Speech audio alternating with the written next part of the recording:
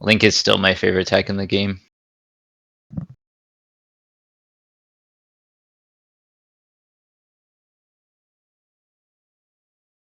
Okie doke.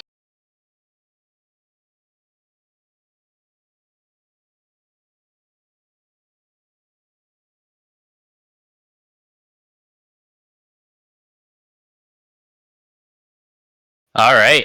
Well, I think we're live on MAG1. We can probably give a quick overview of the tournament today. And I think the games are going to be starting relatively soon. Yep. Winbig's great at being super organized. So from what I'm seeing, he's already getting the invitees going. Wonderboat, do you want to give a quick explanation? All right. So we have 4 matches today. 3 of them are going to be best of 3s.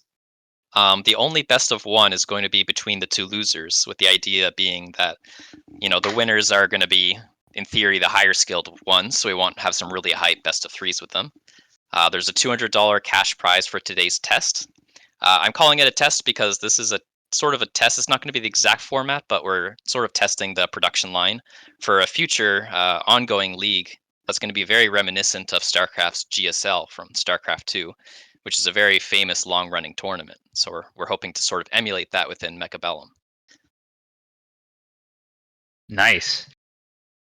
And then we also have Apucci with us. Thank you very much for joining last minute, Apucci, and sorry for the Hello. chaos. Yeah, no, it's all great. I'm excited to cast this with you guys.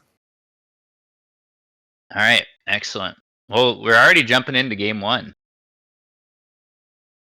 Ooh, look at this. Look at this video. Look at this editing. Oh my god. This is the first time I'm seeing this. Oil-free Grand Prix. Holy Amazing. crap. The production value. So you guys spectating in game? Yeah, I'm in-game spectating, and this is this is Sacco versus Flower Fairy, right? Who had the best of 7 that was very hype. Yeah, what a legendary best of 7. Ago. Yeah, that was sick. So Flower Fairy pretty much only ever playing standard or defense. And Sacco pretty flexible between both standard and aggro. So he'll probably play based on the pack he sees. Yeah, there's no oil. That's it's a rule that's only happening for this test run, just for today, basically. And so that could also, make balls stronger. You can't take it from cards, and you can't take it from the tower. Yep. Should be exciting. Aggro players everywhere feeling vindicated. Yeah, but also like in standard, there's no oil to light up the fire from the corners with a flank against firestorms or anything like that. Yep, I imagine the fire spell then will go up in value. It's the only way you can really get it. Yeah. Yeah, watch as one of them just plays Phantom Rays and takes the oil tech and is just like, haha, screw you, I still have oil.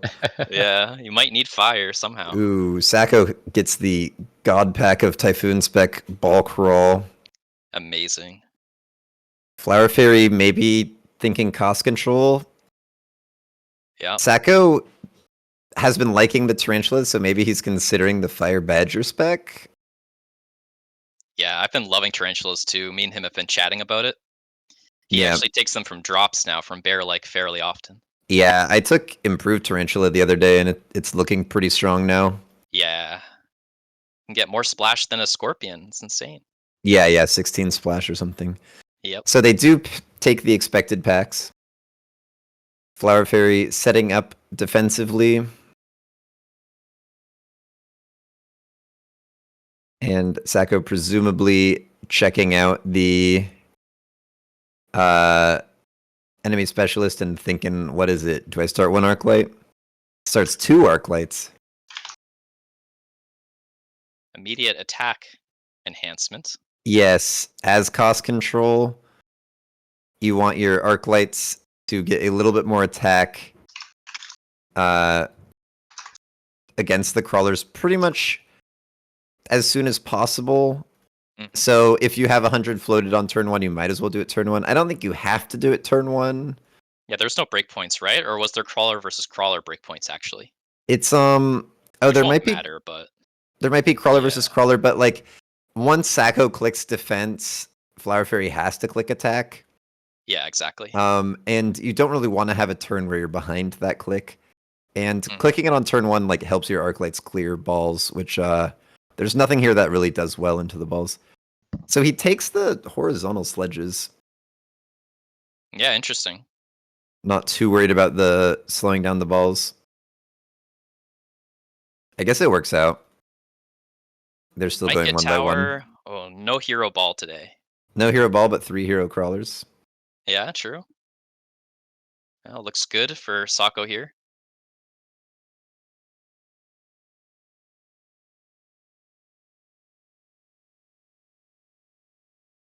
Well, I quite like the start for Sako because he has a very strong economic SPC, winning the first round with, started on equal health. Now he gets an advantage.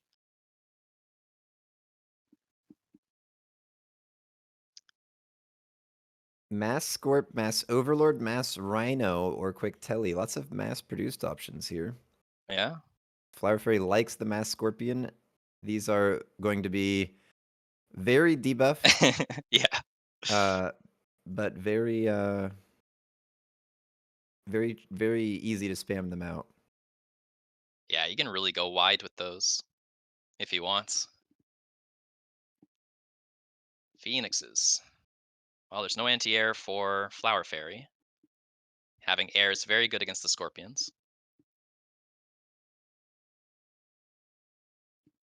And you don't Yeah, quite one-shot a Sledgehammer, but it's pretty close, right?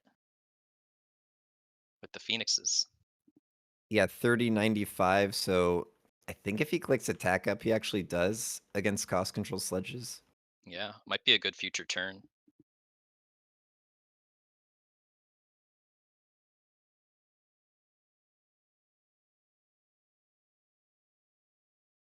I tried to take mass-produced Scorps just yesterday on ladder, and it didn't feel so great.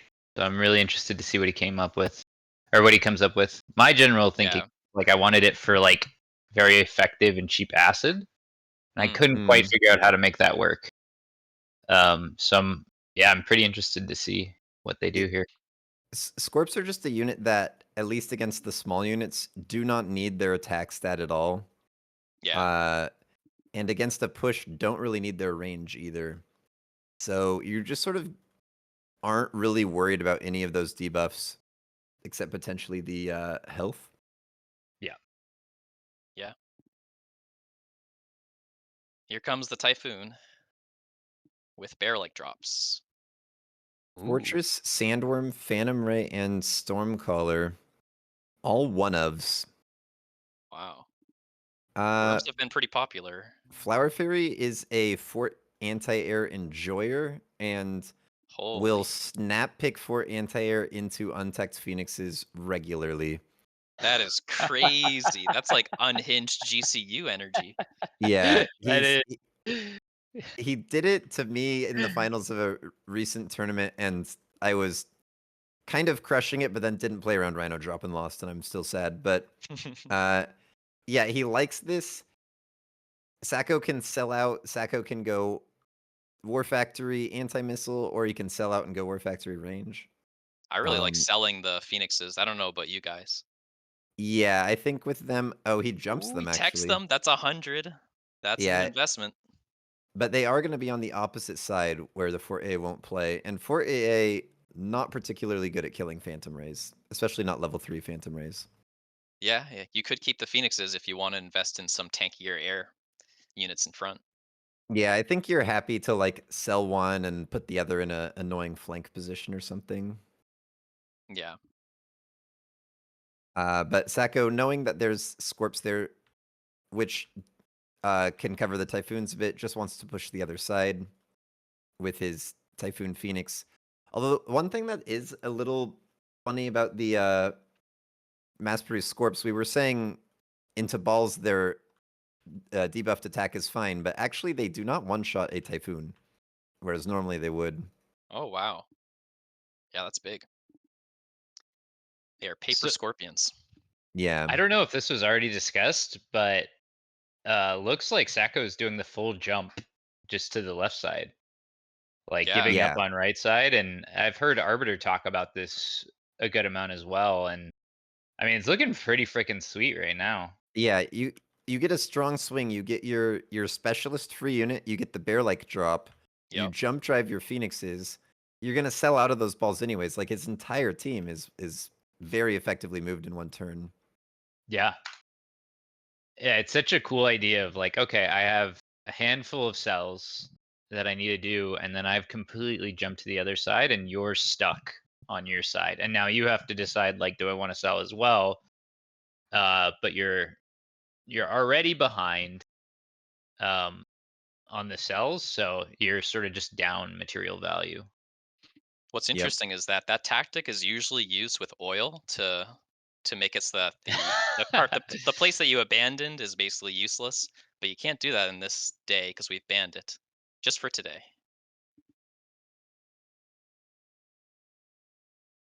And Flower Fairy going to spread the fortresses out to the other side. They're probably just the better unit into the Typhoons than the Mass Scorps, since they also cover air. So, Poochie, do you have much experience with anti-air into Phantom Rays, anti-air forts into Phantom Rays? I don't have much experience, no. I've heard that it's a little weak. They do have at level 1 more health than a level 2 Phoenix.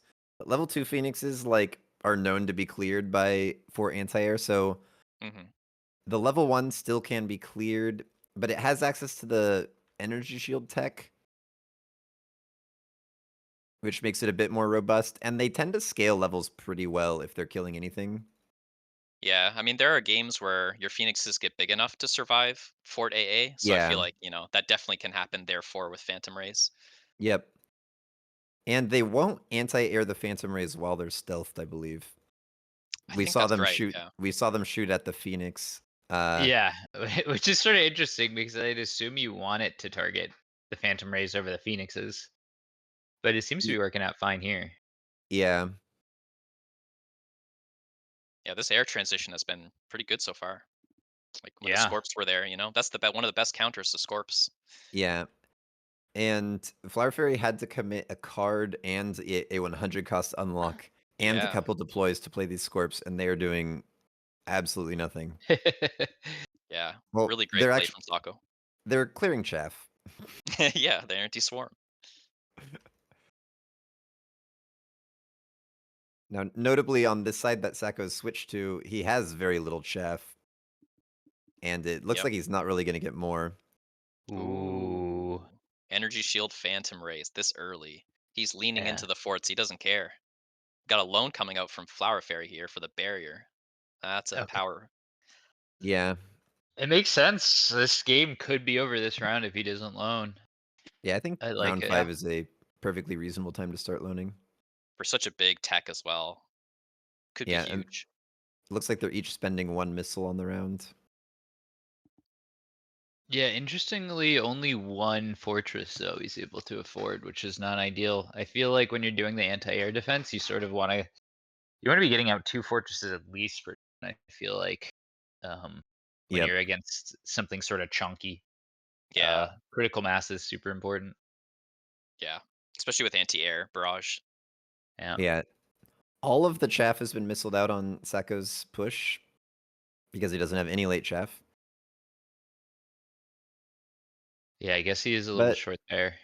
he has killed the enemy chaff. His phoenixes are still alive. Well, one of them is. Yeah, it looks It's like the looking fort pretty anti-air is good. just a little too slow. It doesn't come out often enough. But there's still one fort left. And the forts are really the only upshoot here. Yep. These Phantom Ray levels are going to be so efficient with the energy shield. That's a Yeah. lot of HP per 100 supplies. Yeah, energy shield and stealth on them. Just big stats, right? It's already like one of the Yeah. most efficient units. Yeah, it's the best DPS for a ranged unit. Hmm. It is better than Stormcaller. All Obviously a lot right. God. shorter range. Who does Bear like Oh, favor? So a boat for Flower Fairy Probably considering launcher. Full air for Sako if he wants it. Yeah, and it's another unit that's at level 2, it can kind of absorb those anti-air barrages. But he could also take some worms or the saber-tooth. Yeah, worms with sandstorm seems sort of reasonable. Sabertooth to sell. I like that. I mean, just nothing really hard counters the Phantom Rays that it for or that Flower Fairy can do in one turn. Mm-hmm. And Oh, so he's I got sort of splash like on boats though. just cashing out and just getting a bunch. Oh my god! Oh baby. Water Factory, not what I expected. Oh, there it is. Goes for Okay. brawler text, right? Not anti. Oh, he does go for He anti does go missile. anti-missile. Okay. Just- It's only okay into boats now. Boats were like sort of secretly buffed to have faster missiles, so they He are doesn't harder even to know boats are anti-missile. there, right? He doesn't know, but he might suspect. Yep. But it's mainly for the fort anti-air, Yeah, exactly. Very interesting. and he keeps his whole team on that side. How many missiles get through here? Oh, just one. So it doesn't shoot down all the missiles, but it shoots down enough. yeah. Yeah, But the Phantom his Rays big looking problem is super healthy. chaff. There's a lot of crawlers that he's not killing because his typhoons die, Yeah, typhoons are gone. and he's gonna lose his tower. Now it's really just a question of like, can you kill this boat or not? Yeah, I was And it noticing looks like that the answer might be no. Flower Fairy has splash on his boats, and I think that would Yep. be good against the Phantom Rays, right? Yeah, it should be. It's Oh, a pretty good tech. Yeah, it's I a think lot so. of damage. Yeah, Zako takes a lot there. He has a serious chaff issue. Yeah. How And would now you there's go even an about underground. dealing with that? Possibly more typhoons late. Yeah. He's gonna take the cell. He's gonna say War Factory was not it. Oh man, maybe he's changing side. He's gonna beacon. Oh god. He forts the tower to deal with the potential of Flower Fairy's underground threat. He plays Yeah, it's his back. own underground and takes replicate. Do you have enough deploys left? I would like to see Sacco deploying some like late crawlers to one, have late crawlers, and two, play around this underground from Flower Fairy. Yeah. Yeah, if you've invested in the replicate, you have to put some crawlers back there, right? That's your answer to it.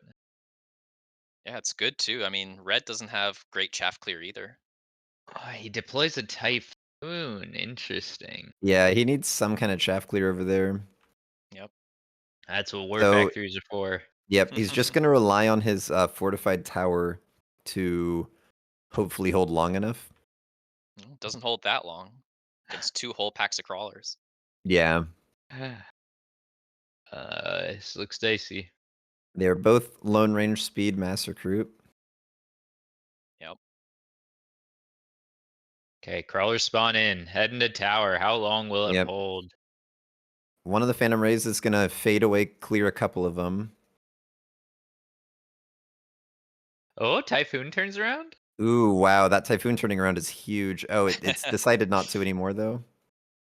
But that one Phantom Ray is still just sticking back there. Well, this doesn't look too bad. Yeah, it's actually Okay. not a bad tower timing because Sacco's units are not being attacked during it. Sacco now takes Alright. tower. I don't That think is a the game level 3 ends. fort. Oh. It does go down. This Oh. Phantom Ray is still fighting the crawlers. His arch nemesis. Oh my But there's a gosh, what couple a of round. fangs below that. Yeah, crazy round. And the boat is just huge for Flower Fairy. Yeah, boat plus fort, it's kind of a cool comp. Yeah. Got beefy boys for your overlords. And now there's a portable shield for that level 3 fort. Damn, that's more HP than a war factory. I guess the blue one will have a little bit more. Yeah. The War Factory does level. That's huge. Do you take brawler text on it? Like Launcher in range. expense. Yeah. I feel like you could only take one since you already have AM. And arguably, you just want to go wider with War Factories because you have AM. Right? You want to get a few more I think I would free sell the anti-missile. left Phantom Ray and just go all in on the right side. He's already Isn't sold that? though. Yeah, isn't that what Yeah. he did? Yeah, Yeah. Okay. Nice. he's in. Relying Oh, on double factory. Phoenixes. Wow. Yeah, he made good use of the jump drive, honestly. Yeah, he sold Smart. out of the big Phantom Ray actually, so he's beaconing the other packs. Flower Fairy playing more boats. Sold out of the photon holding sledge, and will be placing the photon coating on something else. Taking every available fort level, but interestingly not taking the boat level. Actually takes the sledge level and puts the photon on it. And just says this sledge does not get one shot by a factory. Yeah. As long During as the the photon duration. lasts. Yep. Well, at least it's a breakpoint. Though it looks like the photon might wear off by the time it's getting shot. How good would oil be right now if it was allowed on that left side? Yeah, is it Sacco that's missing the oil here? Yeah, I think so. So the double factories are almost able to AM enough boats. But now one of them's down. Tower goes down, though. Flower Fairy's team is a little bit split up. But he takes the tower. Oh my god. The Phoenix game is goes in a on. dream. Okay. Not quite game.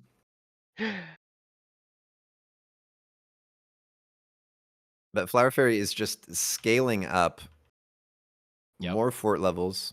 Oh, mobilized battleship. He's got Mobilized Phoenix as battleship the jump and drive. Vulcans. Vulcan's descent a bit weaker when you can't oil. Yeah, true. And all the here are towers the are fortified. techs. Flower Fairy Okay. launcher range on boats. That's going to make them that much better into the anti-missile factories. That's scary, and he can summon a boat too, right? So Yeah, he is summoning one. And he can clear that tower pretty fast.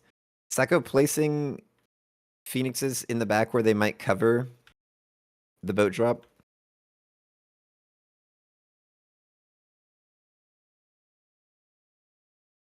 But Flower Fairy is placing a crawler flank and then the boat drop behind it, so it doesn't get covered by a Phoenix. that's clever. That's gonna be gross. And I think this beacon from Sacco, like, maybe slows down a boat drop in the other corner. I don't know if the units Yeah. can actually shoot it. I think that was the plan. And he's just not realizing how Yeah. strong this boat plan is, the boat drop here with the And crawler. Oh, yeah, and Sacco actually places his own crawler, yeah, that's big. Ooh. but it's a little distance away. You'd rather just be right against the flank if you know about this.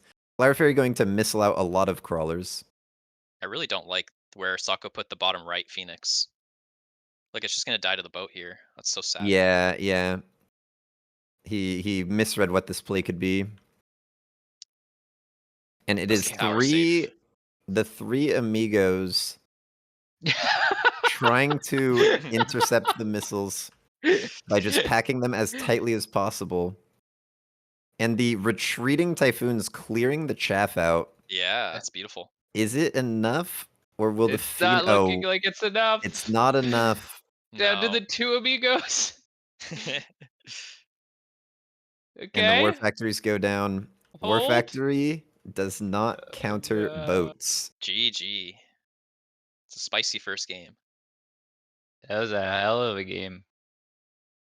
See, if oil didn't exist, chat, this is what every game would be like. Yeah.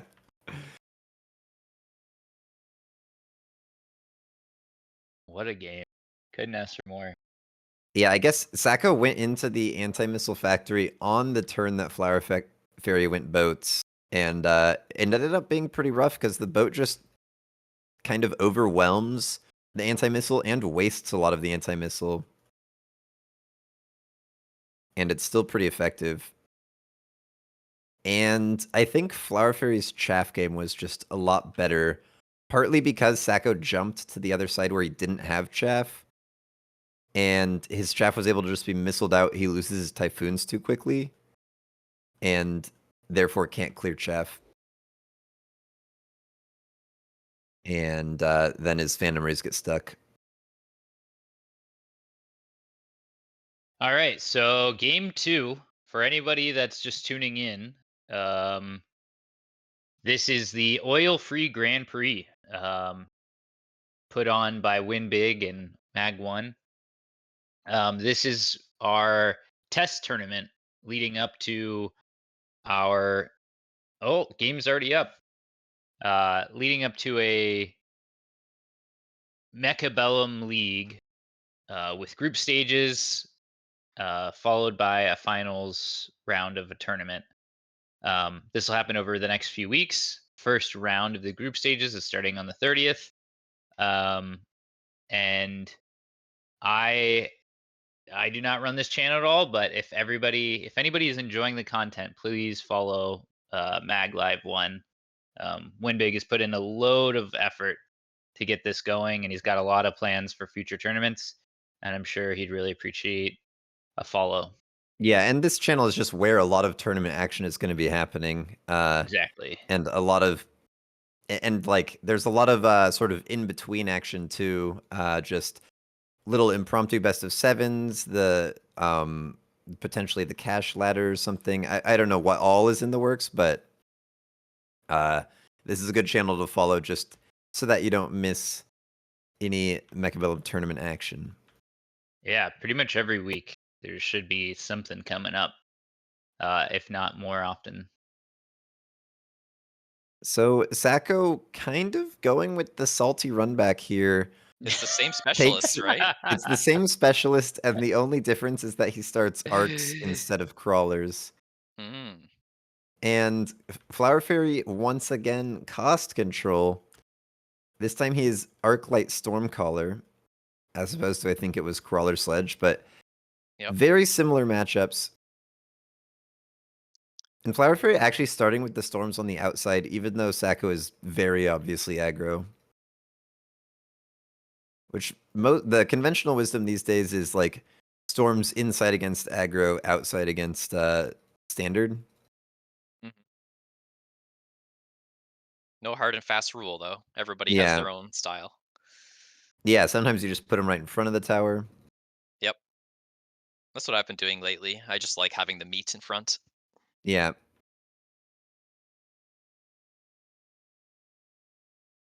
I hope we stick with the balls this Oh, round or this time.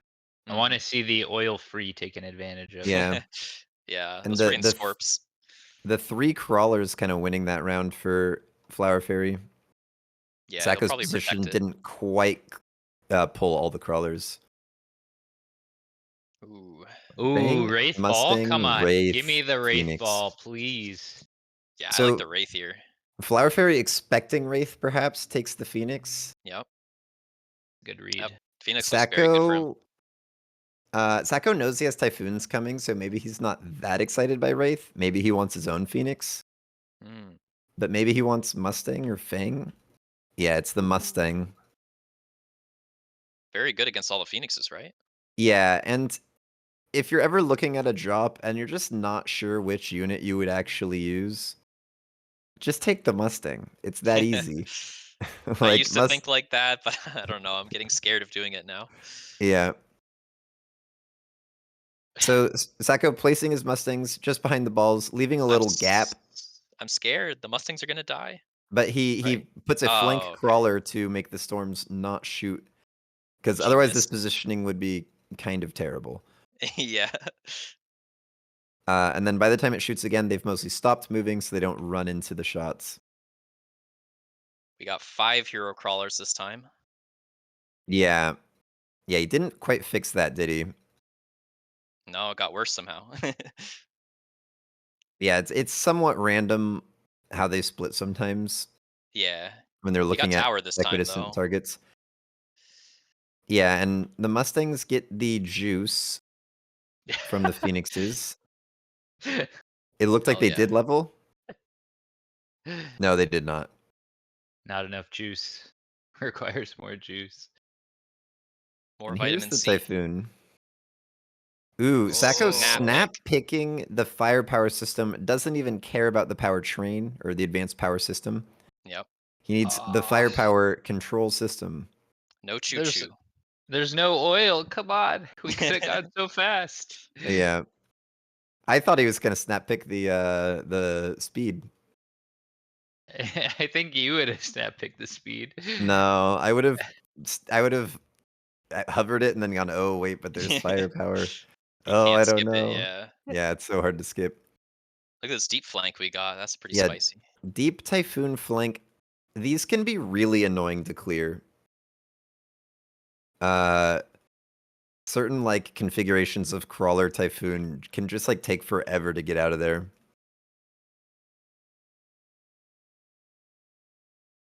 And he does sell one of the balls. There isn't really anything on the ground for the balls to use their weapon against efficiently. So it's fair enough. If they're leveling, sometimes you might keep them and just say like they're a deterrent to playing giants. Mhm. So with cost control, the Arclights have a tougher time dealing with the Mustangs, right?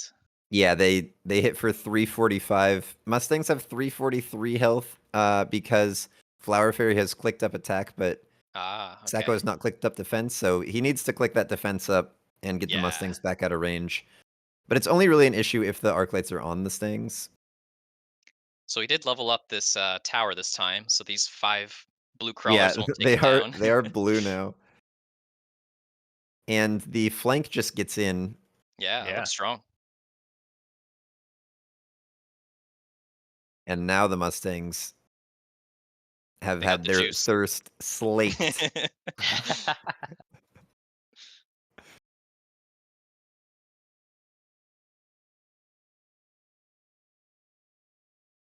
And perhaps we will see Sacco move into some Fortress Mustang this game, Mm, as he's selling out of his main tank. Ooh, spells. There's the fire. It's the only way to get this line, you know? Yep, fire and orbital bombardment. Mustang's not known to be fans of fire. Yeah, Although a very greeting positioning of the fire. If It Sacco is, bubbles yeah. appropriately, he can fully negate it. yeah. There's sort of this like mind game of usually you think, oh, my opponent's just gonna fire where I can't bubble, so there's Yeah. no point in bubbling, and then your opponent Yep. just like fires even more greedy. Exactly. So much mind So games. you gotta watch out for that Flower Fairy. Plays a little greedy.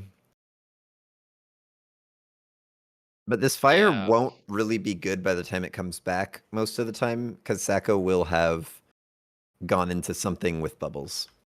What would you do as Sako here? I strongly suspect that he will go forts, but not this turn. Yeah, that makes Mm, sense. Phoenixes are there, right? Yeah, and Anti-air they're barrage just them. you don't even necessarily anti-air barrage. Oh, the read. There we go. That's why I asked. Oh, Oh, my man. he knows that Flower Fairy is a little greedy, and also he's slightly incentivized to bubble in case it is. Uh-oh. Oh, he's Okay. gonna go the other way in case it is bombard. Yeah, it's actually so. God, Sacco's so good. What a play. Uh-oh. Oh, Although oh. the Uh-oh. Mustangs are like struggling to get The past that crawler crawlers. attack. Oh, God. We lost a Yep. few brave men. Yeah, it looked genius for a second, and then the crawlers got in the way. I feel like that's every big brain play I attempt to make in Mechabellum is in Yeah. theory it's a reasonable idea, and then the units just don't do what I want. Yeah, Bubble but some living is crawlers huge. getting in onto the. Oh, it's fortified. That Stormcaller might clean this up. Oh, Mustangs! They got the juice, man. They got the juice.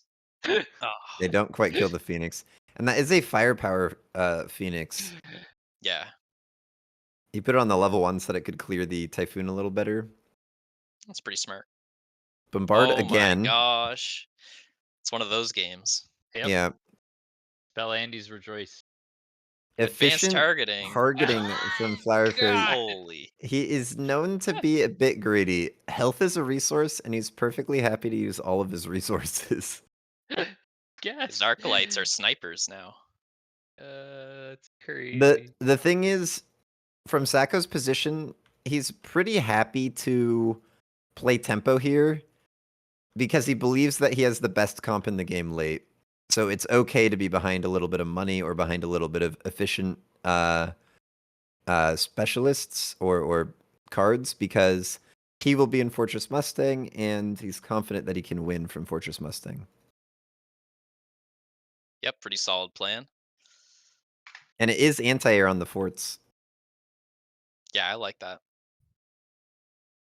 And having all these bombards is going to be so strong for him. The beautiful thing about fort anti-air, if you do run it, is that they get to scroink all of the experience from the Phoenix, and they can get levels. And forts actually use levels quite efficiently. Definitely, especially with the barrier tech. Yeah, the barrier and just they become pretty good into all of their counters if they outlevel them. Like they Yep. just beat a melter.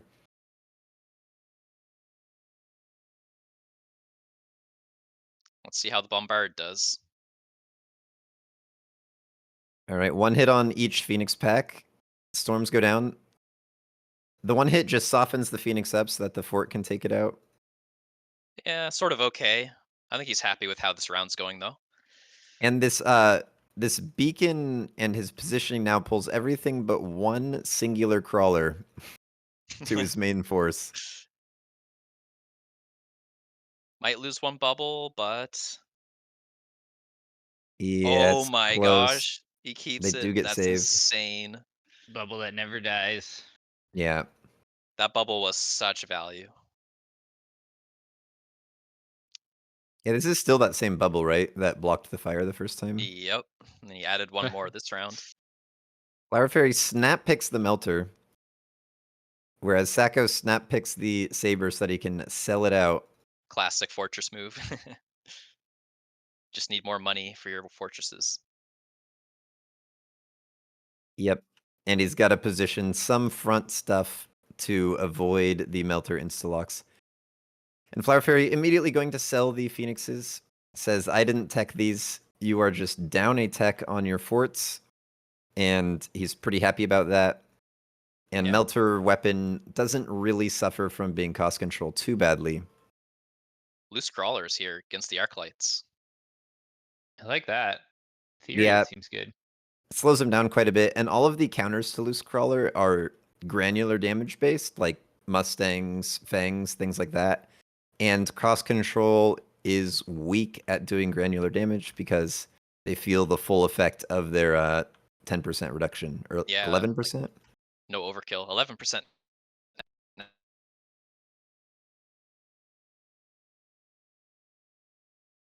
And Sacco, spotting that there might be some melters here, does put some forward chaff to prevent any instalocks. And look at how he positions it, kind of outside of the bubble coverage so that the bubbles won't go down. Even into like EMP barrage, it's still kind of fine. So, Apuchi, what would you do now that if you're Sako and you're seeing these melters and you've already teched AA and you're saying them sell out of the Phoenixes? What's your instinct? My instinct is to range the fort now. It lets the Mustangs become secondary chaff for the forts. And if you get to the stage of the battle that they're in right now, forts can kill everything left on the board. So it's okay for the Mustangs to be in front of them and tanking for them. And they'll kill the Arclights, they'll kill the Melters. But honestly, the Mustang is maybe just enough that he doesn't do that. Because this Mustang is just kind of getting scaled.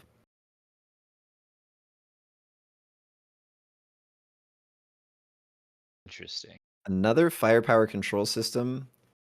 So now Sacco has 2 Gigastangs. whereas Flower Fairy takes the laser sight, presumably for a melter, and goes fire on the Stormcallers. Fire is going to be reasonably effective against the loose crawlers, and somewhat effective against the Mustangs. Oh my. It is Phantom Rays. That's super interesting. So what is the thinking here, do you think, from Sako? Nothing on Flower Fairy's board kills them except melters. So Mhm. it's sort of like doing a wasp turn that's like less vulnerable to Mustang, which Flower Fairy might already want anyways. And they also do decent damage into the melters. Yeah. That's my best explanation. Sometimes multi-melter does well into the Phantom Rays, but it's bad into the forts. So he's sort of saying, here, you're going to need a different answer. Yep. He's just forcing so many different problems. I guess Phantom Rays, the best unit to hard counter Phantom Rays is Wasps, and you've already countered Wasps with Yep. Forts, so it's a pretty sweet addition. Yeah, this is Yeah, great. it's wasps or it's multi-melters, but they don't want to wasp into these Mustangs, and they don't want to multi-melter into the forts. Yep. This is pretty So sweet. actually a pretty slick move. Somehow the Yeah. crawlers are going tower this time, though.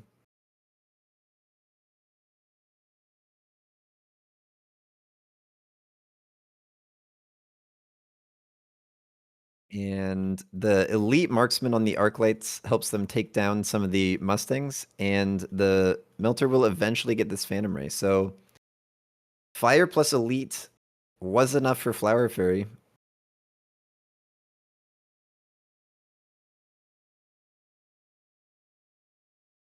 Improved Tarantula, Kappa. Yeah, orbital jab for each. Now, cost control level 2 melter, even with health up, dies to a jab. With health 2, does it live? I'm not sure. I think it does. Yeah, it might. It's definitely close, though. Fire comes back. Sako actually selling out of the fort, doesn't want it anymore. Sort of like that. And he's beaconing the other one to the other side, where he's jabbing the melter. And now it is bubbles on the forts. Oh, he sold a fort. Oh, Crazy. God. The read. So for anyone that didn't get this, Sako was predicting the orbital jab, sold out of the fort as a prediction, and then replaced 2 forts on the other side, and is going to start pushing on the left side, just completely dodging the orbital jab and making the right side of the board for Flower Fairy much weaker or less useful. Look, Flower Fairy Fairy dodged it making too. a similar read. Yeah. Sells out and moves the laser sight. This But is he still loses crazy. his best arc light, though. And What Sako is going to move? lose an AM device. Yeah, F in chat for this AMD. RIP. Disaster. I was saying it was going to live all game. I was muted when I said Yeah. it accidentally, but I was saying, oh, it's going to live all game.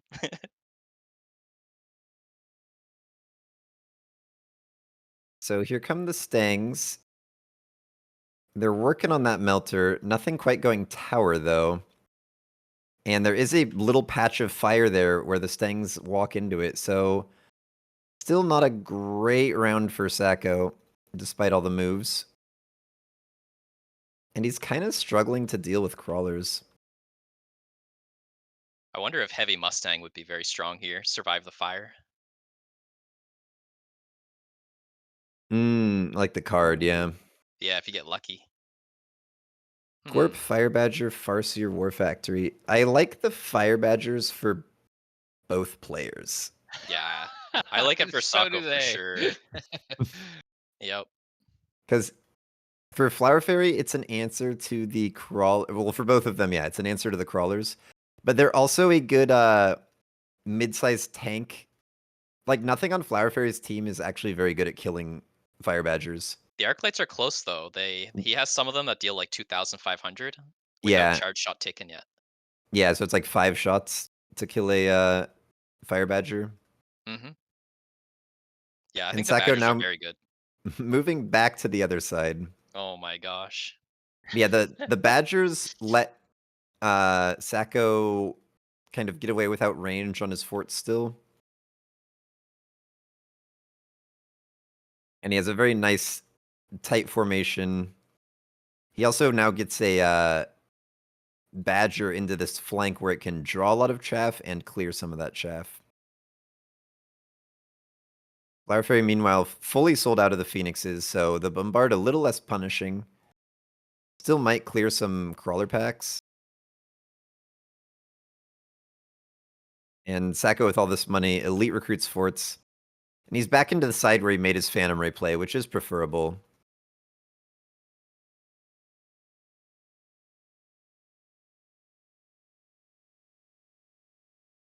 Oh, the Bombard just not quite hitting this storm. It's like the one unit that it Yeah. would be relevant. The tower's still Along only the level left 2. side. Yeah. Yeah, It's gonna there's be painful.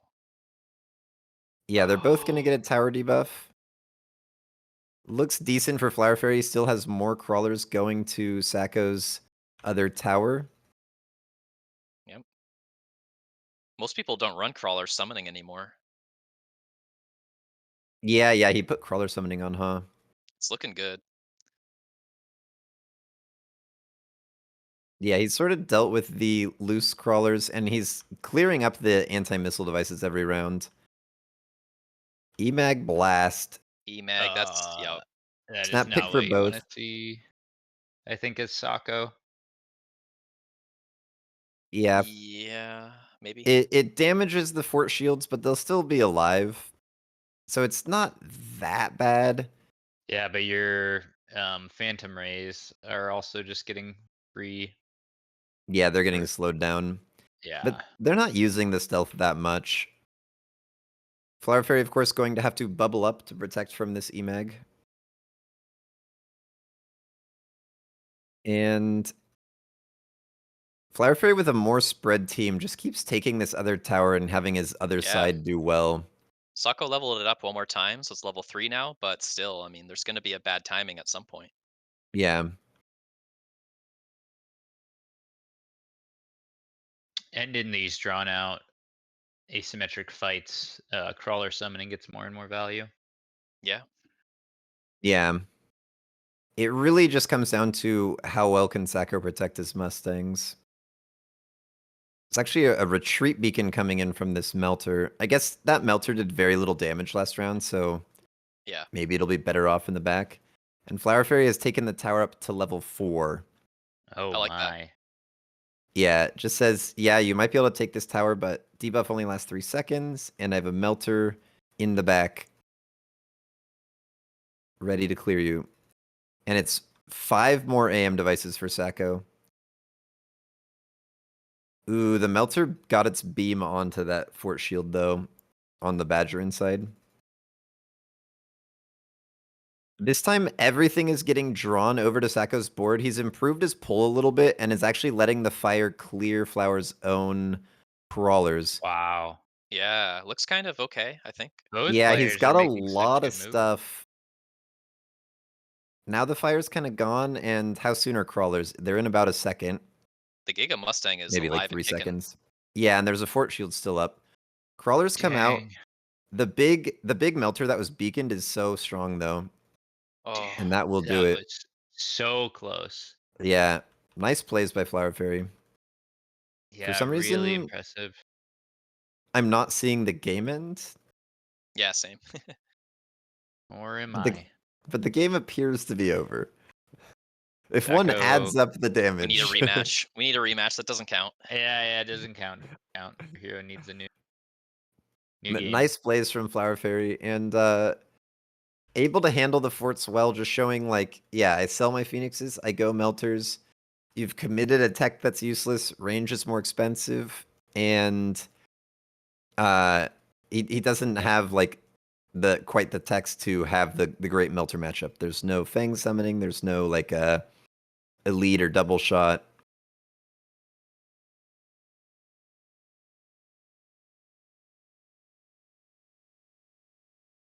And Flower Fairy able to lay down enough fire. In principle, playing cost control's favorite units, Firestorms and Melters, Yeah. get hurt the least of anything by the cost control downsides. And Elite Marksman Arclights just have that extra damage from Elite Marksman means there tends to not be too many tough breakpoints for them. Yeah, they're great to like insurance against the Mustangs. In case the fire doesn't get the job done. Yeah.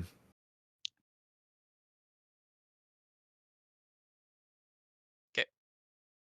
All right, so Flower Fairy wins the first match. Sako is chucked into the The third losers place. bracket for a It's a third third. place match. Yeah, third place match. Flower Fairy moves on to the finals. This is for, you can see the prize pool.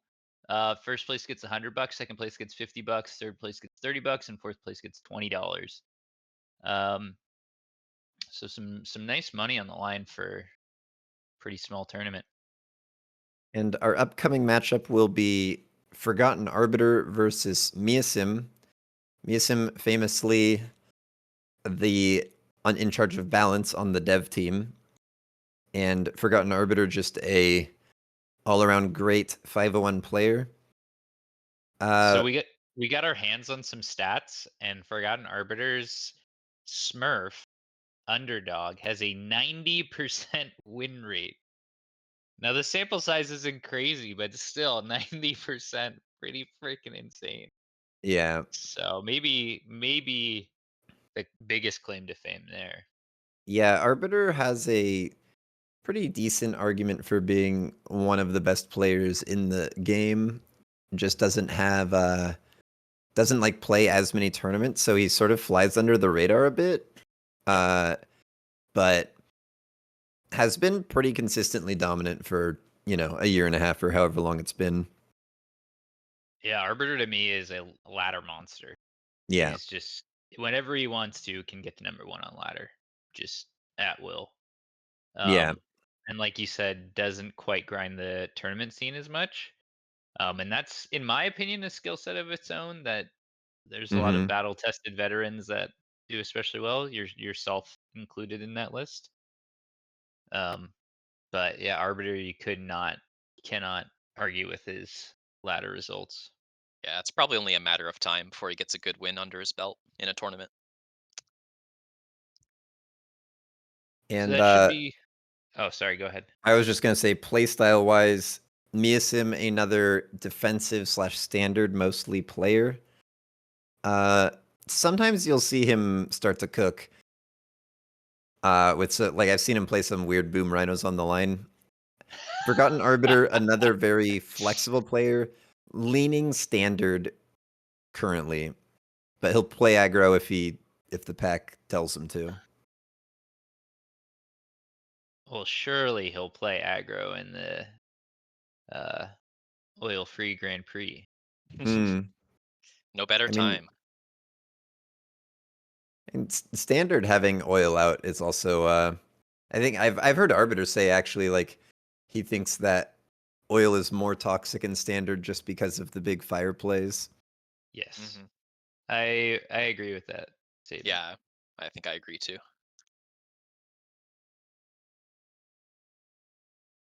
But it has a lot of implications for aggressive games against a defender. Yeah. Yeah, like how you position is different. Yeah, The headbutts as well. necessity of bubbles is different. But you Yep, still kind of need bubbles against like most spells in the game. for sure. Damn, the production value on this intro scene. Yeah, it's so good. Mm. So sick.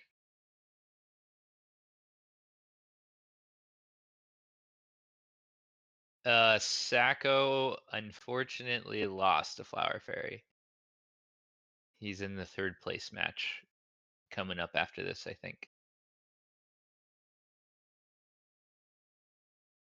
Well, I know I shouldn't be uh biased as a caster, but I gotta root for Forgotten Mm. Arbiter Yeah, this is a pretty biased cast. as a Yeah, regional. it's unavoidable. Yeah, I mean we gotta have a battle of the 201s versus 501s, right? Yep. Yeah, well, and Sacco and Arbiter are both our friends who we like, stream with and get on chats with pretty often. Yeah. Yeah. So Miasim sees supply, sees Stormcallers, says that's for me. Picks it right away. Don't even know what his other options are. Honestly, don't need to know. Arbiter taking a look. He's not the biggest Tarantula fan, but he might like it after the HE buff.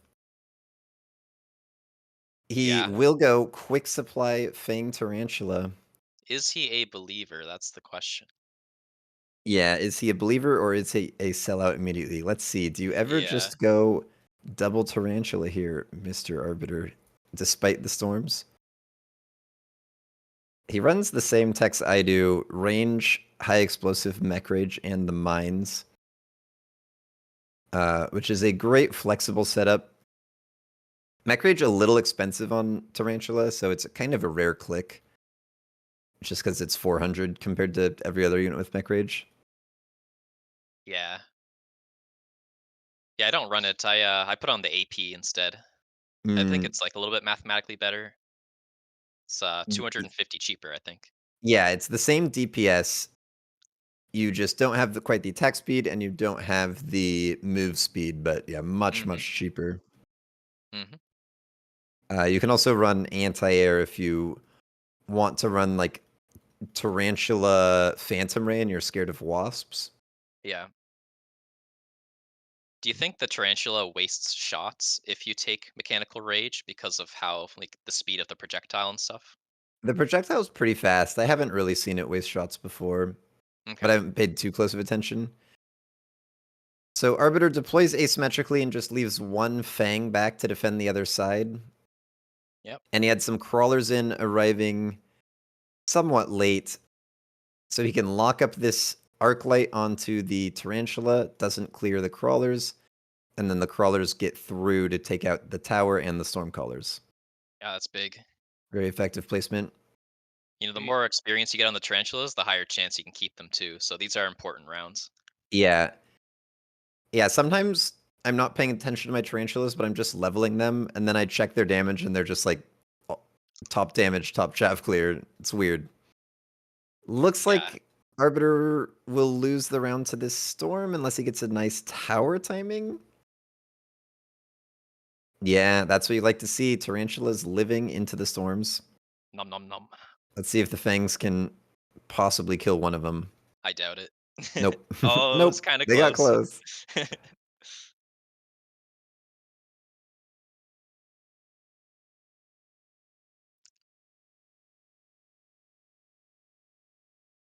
So Sabretooth level 2, excellent into Tarantulas. Great pickup for Miasim. Easy selection. Arbiter looking at a couple different air units, possibly just looking at Sabretooth of his own Hmm. to join this push. Yeah, I like Wasp or the Saber, I think. Yeah, the Wraith would be the transition pick if you think, oh no, my Tarantulas are getting countered by Saber. I take Wraith and I just start Yeah, selling, but makes sense. it seems like Miasim's setup will probably be able to defend a Wraith push long term pretty well. But Arbiter is one to think it out, and he takes the Wasps. Yeah, I like that. Places Makes you them where they, wonder, what's his carry gonna be though? yeah. He places the Wasps where they can cover flank, but also get involved in the battle in a timely fashion. Yeah. And he does run some carry techs on them. Shield, range, anti-air, and anti-ground. Just lacking elite marksman, but the ground spec is a better tempo Yeah. damage up on them. Yeah, interesting. And will he place a chaff in this flank? Yes, Oh, good. thank God. Yeah. Yeah, that was one of the issues Sacco had was like the turn he deployed Tarantula, it got insta-killed by I think it was a Saber. That might have been in their practice game that was before this. I don't remember. Mhm. But Pretty Sabertooth immediately doing work. pretty big odds the Wasps just take this round, right? Yeah, they can die to Fangs if there's other ground alive. But it looks like Wasps should win, and they might even level.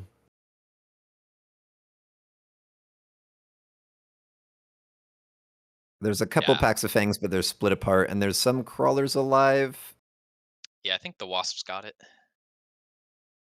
It's gonna be close, because there's a whole other pack of Oh, Fangs. yeah, actually, I don't know anymore. Maybe the tower will tank perfectly. Yeah, it sort of depends on how this timing lines up. Because this isn't enough Wasps to beat a pack of Fangs, but if they're stuck on the tower, or if they like One split off is. one by one, yeah, Yeah. that's enough.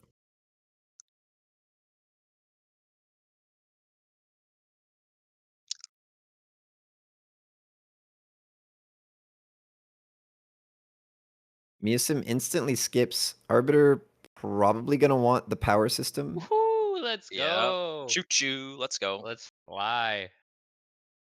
Yeah, very Ooh, Mustangs. excellent card drop for Arbiter. Tarantulas really use the speed. Wasps use it pretty well as well. For sure. And Miasim not gonna mess around. Immediately goes into Mustangs. Can't afford range yet. Yeah. This will set him up really well, though, especially if he gets good experience. Yeah. Yeah, Sometimes it can feel like you can't get any experience though when your Mustangs don't have range. Yeah. yeah, it really For depends sure. on if they can kill these wasps. But if the tarantulas are effectively tanking and the wasps can just fly in and kill the mustangs, Hmm. like wasps do win against mustangs if they both are in range of each other. Yeah. It's the only advantage mustangs have is the range.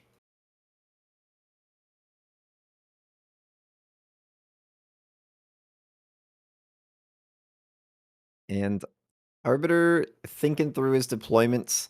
There were a few spots where his tarantulas got killed pretty quickly by Sabertooth. So maybe there's some. Okay, it takes range. So it's a tech and a couple of chaff. Or no, he actually Still skips a deploy. He just takes the one crawler. still no carry from him, though. We don't really know what his plan is. Yeah. But the range means they outrange the Mustangs and the Sabres. So they shouldn't Yeah. go down. Crawler's showing up at a pretty good time to protect the Wasps. Yep. Yeah, this looks pretty good, actually. So great round for Arbiter. Yeah. Uh, Mustangs not didn't do giving up anything, the right? Wasp Yeah. experience.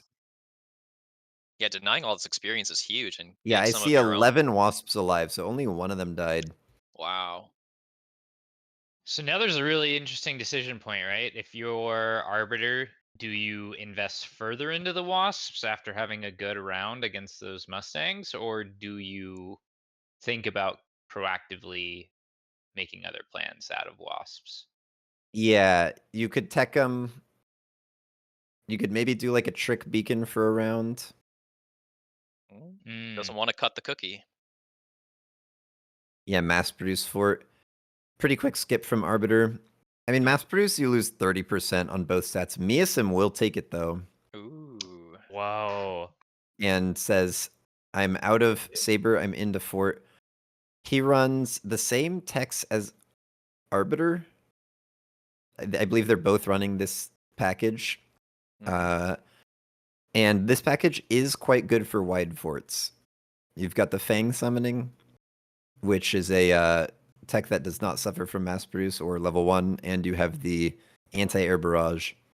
And the bubble also, like, you're not leveling mass forts as much, but still the level 1 bubble, like, it is as strong as a non-mass produced fort. And I would say fort is a good unit into Tarantula, and Yep. with the anti-air potential, it can shut down wasps if you're spamming them. Yeah, very interesting. I wonder if that'll prompt like a war factory or something. Yeah, I'm curious because there's a potential that Arbiter also just goes his own forts just not mass produced. But the danger is that he might lose to Fang summoning if he does that. Yeah. For now, without a tech on the forts, they're not really doing anything that the Sabres weren't, so Miasim just going to have to eat it for a few rounds as he makes this transition. But the goal of mass produce fort is that just eventually you've bought enough forts and you've clicked all the techs, and then you just win. Yep. And Arbiter has to push hard to close the game as fast as he can.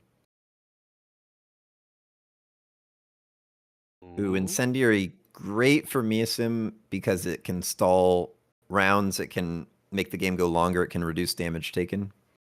Yeah, and he's not great at killing crawlers either. Assault Assault melting point. melting point. Let's Holy. go. That is a spicy one. So Oh, in the assault corner. melters. Look, so the mass-produced fortress, 3,500 health. The assault melter, 5,200 health. They are, or 1,000, sorry. It's like they've traded health totals with each other. This will be spicy. Yeah, and he runs no EMP. He runs range, energy absorption, energy diffraction, and crawler production. And with the power system, they're so plus fast. assault melter, they are 14 meters per second. Wow.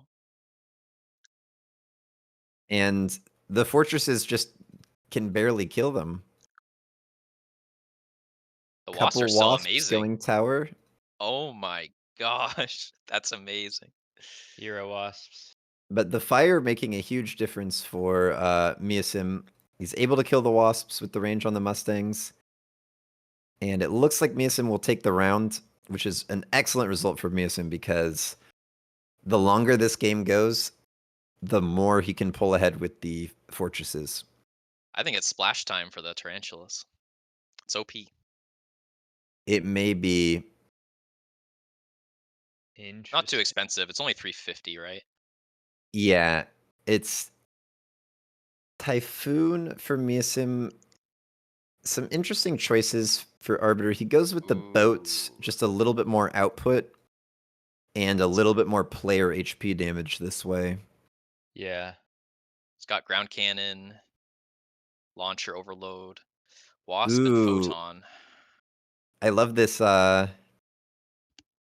love this tech set. I ran it for a while. The launcher, artillery plus no range, just aggressive boats. So it Yeah, I seems like it he too. really is favoring aggro here with his tech loadouts.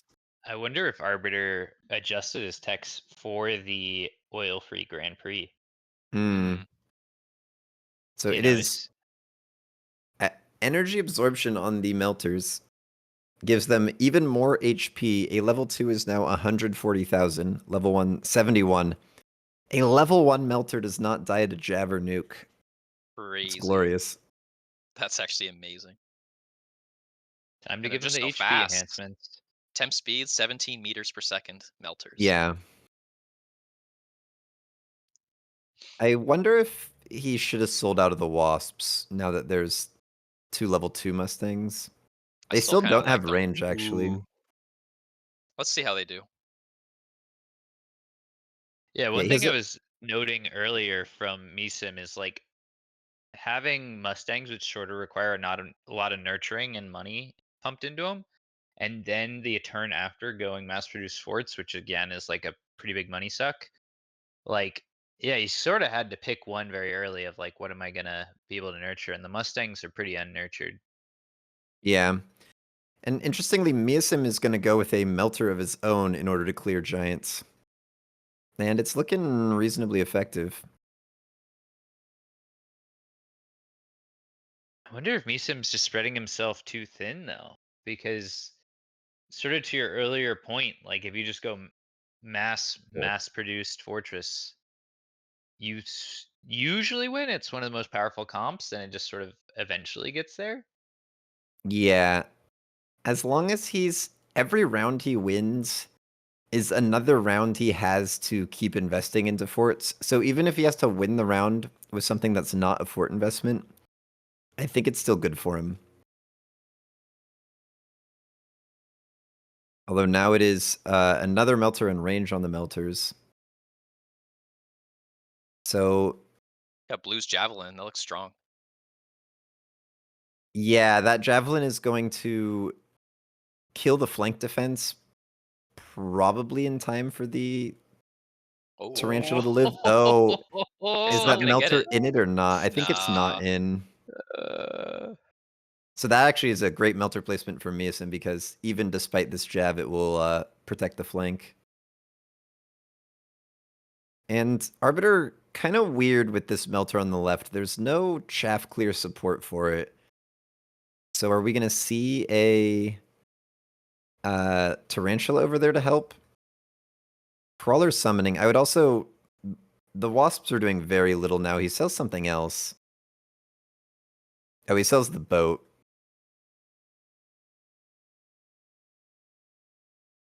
Okay, there is chaff clear support on the other side now, though. But Miyasim placing for the insta-lock. Ooh, but Arbiter covers it with the Crawler. Nice placement. wow. Lone Some range nice speed plays by for both Arbiter. players. No loan from Miyasim. All the reads.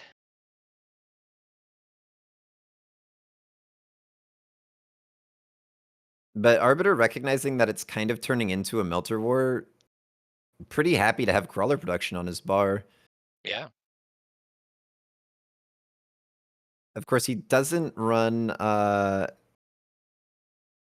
the EMP, which is another classic Melter dual tech. And looks like Miyasim's gonna clean this one up. Where's the Yep. Splash Tarantula? We need it.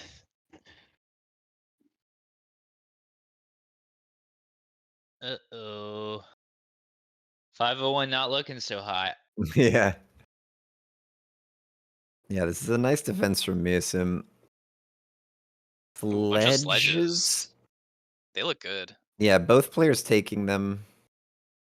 Probably not the spot for a Rhino in a big melter off. Yeah. And balls didn't look like they would get in, but sledges can help chaff clear, and they're good against melters.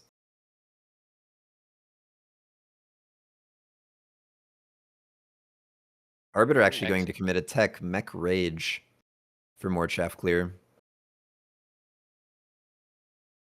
And there's the EMP Barrage from Miyasim. Range on the melter from Arbiter. Okay.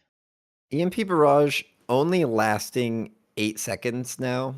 So you do not have full uptime on the EMP. Which is why Arbiter doesn't run the tech. He thinks it's kind of bad now. And he would rather be in range and crawler prod than range and electromagnetic barrage.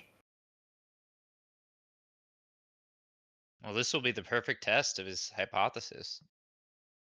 And Arbiter is still keeping the Wasps. They're still his top damage for the game, despite doing nothing the last couple of rounds.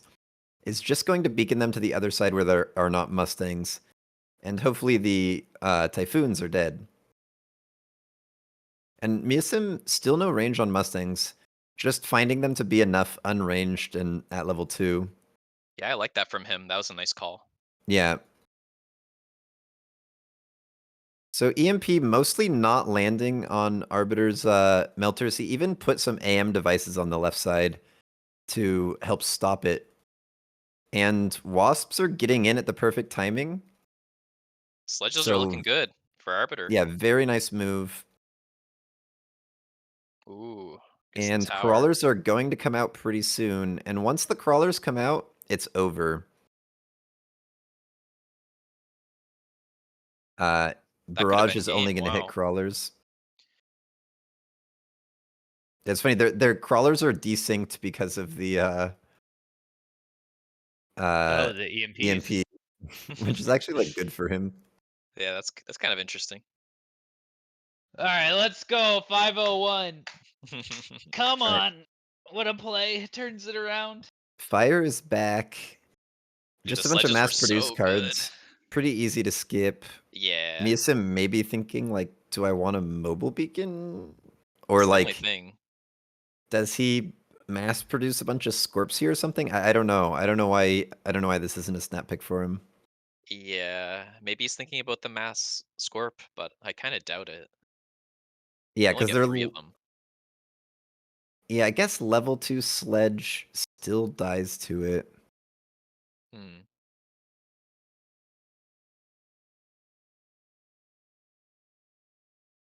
Arbiter gonna run back that beacon play. Miasim's still looking. Miasim takes the mobile beacon. Oh my god. So is he doing? He's gonna flank. He's gonna put a Phoenix flank down after seeing Arbiter retreat or move his wasps, meaning they're not covering flank anymore. Miasim says that means your Wow. flank's open. Pretty clever. Yeah, and matches crawler summoning on the melters. Arbiter are gonna go triple blue sledges. Yeah, they were Our really good hero last can't time. lose like this. No. And I it's mean, it looks replicate bad, yeah. crawlers. It's replicate crawlers from Miasim. Arbiter, you have $550. Where's that money going? Oh Random no. last second flank cover missiles? Nope. Oh 50 left. no. And ironically, if he left like 1 or 2 wasps out of that beacon, they would have gone and covered this.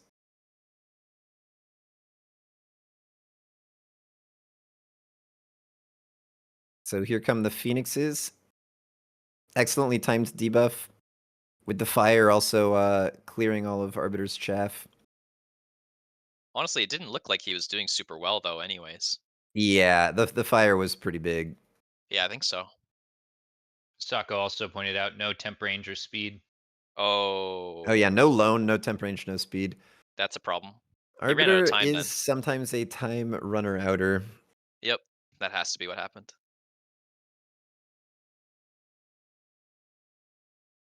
That's a GG. rough one. But nicely played from Miasim. Yeah. Yeah, really, really good. Not just kind of mindlessly going into the fort spam. Like maybe the fort spam still gets there anyways, but he bought some nice rounds with the plays and then managed to just get into a winning melter duel where he has more range on his melters and hasn't teched suck, which is not useful in a melter duel really. Pretty interesting, or I guess just more ironic that we've seen quite a few fire spells pop up in this tournament so far and not one oil spell. That is funny. The gods the gods declare that there will be fire no matter what.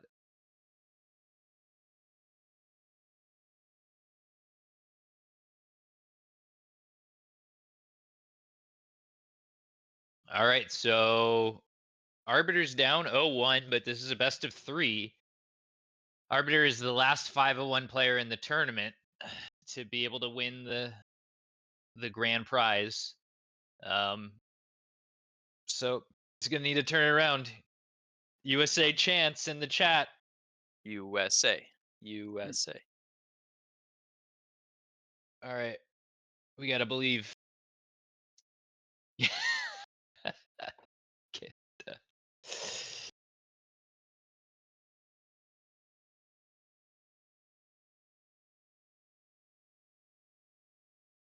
All right, I need also just like one just big ball game, right? Ball's worst enemy is oil.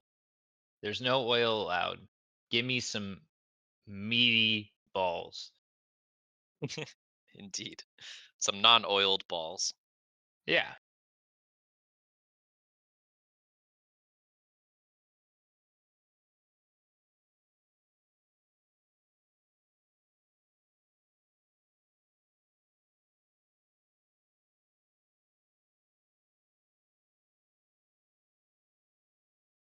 I love this intro screen. It's so sick. Yeah, I'm a big fan. I love it. I haven't been looking at it. It's so good.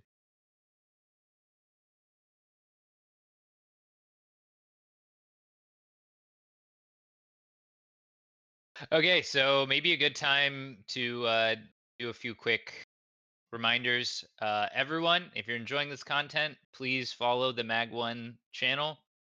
I don't run it. I'm just saying this from the perspective of Win Big, who's running all these tournaments, is putting out tournaments pretty much every week, more often than once a week. A lot of cool content coming out. Give them a follow. And then on top of that, the next piece of content is going to be a Mechabellum League with a majority of the top players. There's going to be a few weeks of group stages followed by a finals tournament with all the people that make it out of the group stages. That first week of the group stages is going to start on the 30th, and we haven't confirmed all the participants yet, but we're hoping for Flower Fairy, Red Hair, Sako, Apuchi, um, and pretty much all the other good players. Arbiter, if you'll join. So it should be a pretty stacked list. So please mark your calendars for first week on the 30th, right after the first tournament, I believe. Do you remember, Wonderboat? Right after the first weekend tournament? Oh yeah, maybe. I'm not sure. I think the timing's going to be right after the Yeah, I 201 think so tournament. too. All right, so the All packs right. have been selected. It is Sabretooth, Arc, Storm from Arbiter. Arbiter has stated that he likes this pack in standard, but he's thinking about running an aggro. Miasim has Rhino Specialist, Fang, Tarantula, and says, you know what? Maybe it's time for me to go a little aggro. That's So exciting. I'm ready. I'm ready probably for the Misa Magro. both of them might be thinking the other might be defensive. I'm very Mhm. surprised by Arbiter here because uh, he was the one who first put me onto this Arc Storm Saber comp in standard as like one of the best tempo comps in standard. Oh, what? I've never seen that. Miasim show it. Yeah, it's because Miasim has access to cosmetics that other players do not have access to. What? He also Wow. he has Competitive the like advantage. he has the uh like Mobile Force Rhino Mm, skin, I believe, as well. wow. Paid actor, paid player. Yeah. Yeah, dev privileges.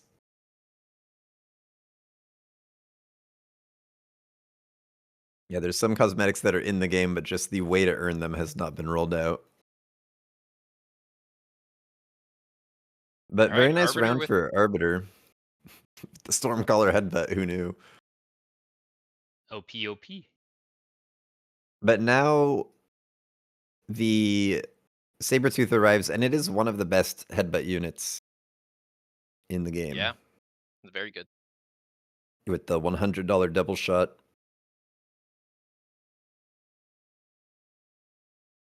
I felt like there's interesting rock paper scissors there. Like Phantom Rays are pretty baseline powerful, but Wasps are the best counter against Phantom Rays from Mm-hmm. my experience. And then if you're anticipating that your opponent's going to go Wasp, then Typhoon seems like the reasonable pickup there. So it seems like, at least in my opinion, Arbiter got the better of the sort of rock paper scissors that was available. Yep. Typhoon also just an excellent headbutt chaff clear unit. It's pretty fast at clearing chaff, not as fast as a Wraith, but it can also provide you with the bubbles, which makes it so that your chaff can't be missiled out, which is critically important in headbutts. Looks like he wants to sell it based on his positioning at some point. Or is I that don't just think good? so. I think that's just where he puts it. One line Interesting. back from the true line, and then he puts crawlers on the line directly to the side of it, Okay. and it can't be snap targeted with that positioning. Hmm. And it's like the most forward you can get the bubbles. That's interesting. The only thing that would like really annoy him would be if a missile device spec comes down.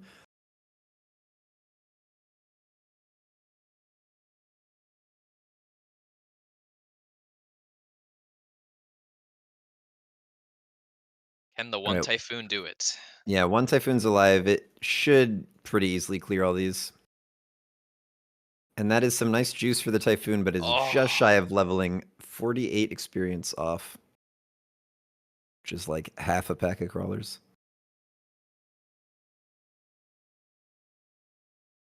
Mass Wraith, Substang, EMAG Impact, and Extended Range War Factory. Interesting. Mass Wraith could be interesting, but For the Wasps, yeah. And just Headbutt in general. and just like as the headbutt shaft clear, but often Yeah. you'd kind of rather them not be mass produced. Yeah. It is a nice card, though. I do like it. You have to buy enough of them, though, right? Basically. Yeah, you kind of just in a wider headbutt they'd be good because you would spread them across the entire front of the board. Mm-hmm. But usually in headbutt, your wraiths will get all the experience, and you eventually want to give them range and 8 guns. And at that point, you're really sad that you have all these stat malices because you want to take all the levels too. Yeah. Arbiter's really thinking on this one. Skips. Ends up skipping, and Miasim just unlocks Scorp, put it directly in front of that Typhoon, and we'll see if Arbiter reads that he needs to do something about this. Mm-hmm. He sold one of the Storms. He's answering the other Wasp with the Typhoon, and he's just kind of deploying Typhoons. I like that. So he'll have to respond next turn to his Typhoon getting deleted. It did kill enough crawlers to secure the level before dying, though. Oh my gosh. Maybe he needs more sabers now that he has enough Typhoons.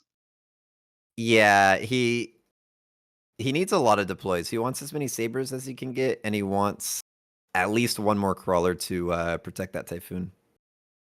Which is possible. You can defend it? It should be at least the back one. Because it might be just so close that it can't. Yeah, maybe he protects one of them.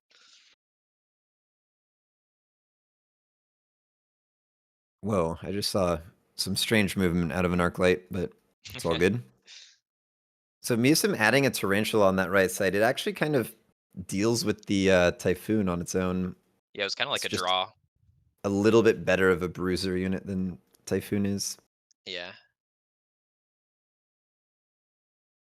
I think Arbiter's happy with that exchange, though. Yeah. Nano repair kit picked up by both players. Of course. Arbiter has a leveled saber that can grab it, and Miasim, of course, getting the Rhino Specialist. Here we go. Oh, I have been seeing Miasim is a jump wasper, and he doesn't sell out. He keeps them on his board and then eventually goes into like a gigantic wasp death ball following like a worm or a rhino around. Mm-hmm. So Arbiter takes the Typhoon level, which to me says he's committing to that Typhoon. I mean, he could still level it, but it makes it seem like he wants it. Maybe Yeah. sells the Storm. Yeah. I think he'll keep it. Yeah, I think a crawler on the right side protects it, but he wants a lot more Typhoons before he's priced into the bubble. Yeah, he could do a shallow crawler flank here, distract the Scorpion. Double shot's going to be good. Yeah, it's interesting. They're both in completely different units, but they're both in like a great headbutt pair. Miasim with the Tarantula Scorpion, Arbiter on Typhoon Saber. But Miasim additionally making plays with the Rhino and the Wasp should give him a bit of an advantage. Yeah, it looks really strong. Arbiter sold something. I missed what it was. It's not the Storm. And he does not take another chaff up there.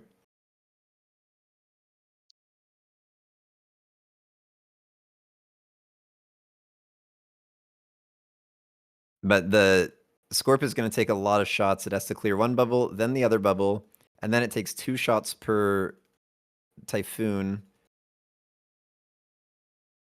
But he takes the tower just fast enough that the Oh, wow, that timing. the Scorpion will get all of that. Oh, not quite. The Nano Saber died. Yeah, but the Typhoons lived. But Nano Rhino will not die. Nothing here can kill it, really. With the Saber gone. Yeah. You'd need like a really good tower timing in the storms to like hit Yeah, it. yeah. Maybe, maybe. Oh, There's I some don't think crawlers to distract so. it. There's another tower about to go down. Oh? Oh my gosh, it's It's close. close. It's so close, but it's Oh, not thank you, gonna Barely. die. Oh my god. Yeah. And this is why we need the Nano Kit free Grand Prix.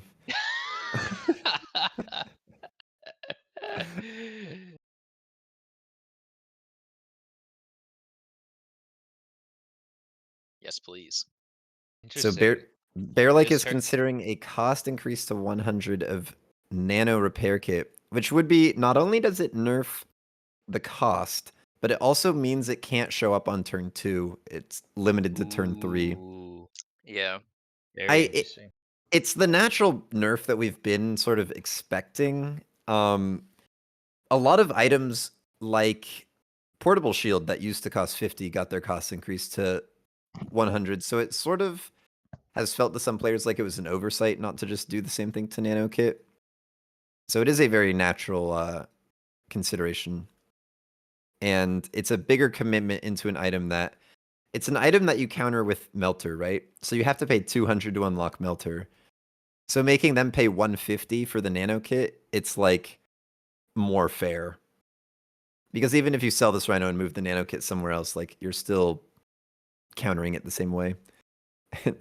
Speaking of which, Arbiter just takes the Look melter at from the that. drop and just says, I will put this melter directly in your face. It is time for you to go. The Rhino would win if it went and chopped it. Yeah, he has a Do you missile to think? prevent that. Oh, he has the missile. Okay. Yeah, Rhino can kill a melter. And it's a boat from Arbiter with launcher. Hmm. All right, so goodbye, Rhino. And Arbiter doesn't want more melters. He just wants the one. And this was a melter from a drop, so he can like sell it or whatever once it's kind of done playing its role. And the boat should be able to beat everything on Miasim's board, though Miasim spending that turn improving his headbutt potential with the Fire Badgers means he's winning the ground quite a Can the bit harder Fangs than he get was it before. done? Oh, I think the Fangs got Yeah, it. the Fangs and the Wasps will get it done. Ooh. Me sim stabilizing. Ugh. Yeah, Our the hero Scorps are needs very Yeah. good. this. Ooh, Ion Blast. Mass Wraith again, Ion Blast, additional deploy, or Photon. Arbiter Look gonna at take that the Ion. Ion. Yeah, Oh you my kind of gosh. in these headbutts, you kind of simply Ion. And Arbiter Nice. predicting the sell Yeah. just says, I'm just selling the melter. I only needed it the one turn. There's no way you're keeping that Rhino. Oh, I love that play. What a prediction. Yeah, it's But really good. Miasim does get the Nano Kit onto a Scorp. The Scorps are up to level 2 and they have double shot, which makes them much, much better at dealing with this Typhoon. So I think Arbiter needs to pay a little bit more respect to that if he wants his Typhoons to stick around. No mobile beacons coming out to Ooh, dodge ions, it looks like. it's also range on the Scorps, which, like, Yeah. they obviously don't need it that badly for the initial engage, but it means if Miasim wins one side, the Scorps from that side can kind of clean up the other side pretty effectively. Oh, there's the mobile. Okay. There's the beacon. Miasim gonna get his units out and say, my Nanoscorp will simply survive, which I'm not sure if that's true. Yeah, I don't think it is. Miasim with a sort of odd ion angle. Yeah, let's see. I guess it gets the other Typhoon, and it Oh, does kill the boat. nasty. Oh my god. but it does kind of miss this second Typhoon. And Arbiter still has some boats up. Ooh. The Nano died just barely. The Nano Yeah. did die. Holy. Looks like Arbiter wins by air, though. There's only Yeah. like 4 fangs alive. I think he's got it. No, 6 fangs. Will he What a keep crazy this round. missile though? Yeah, the Yes. missile Yeah. is almost gonna die. Oh, There it goes. The RNG. Oh god. Arbiter Alright. technically won, but at what cost? The emotional Yeah. damage. Yeah, losing a bubble or a missile at the end of the round when it's meaningless is always so sad. Heavy armor, ooh, ball production That's line. good. So, and you want ball production line on the sort of less heated battle Yeah. where the boat is likely to win on its own and then continue to produce balls.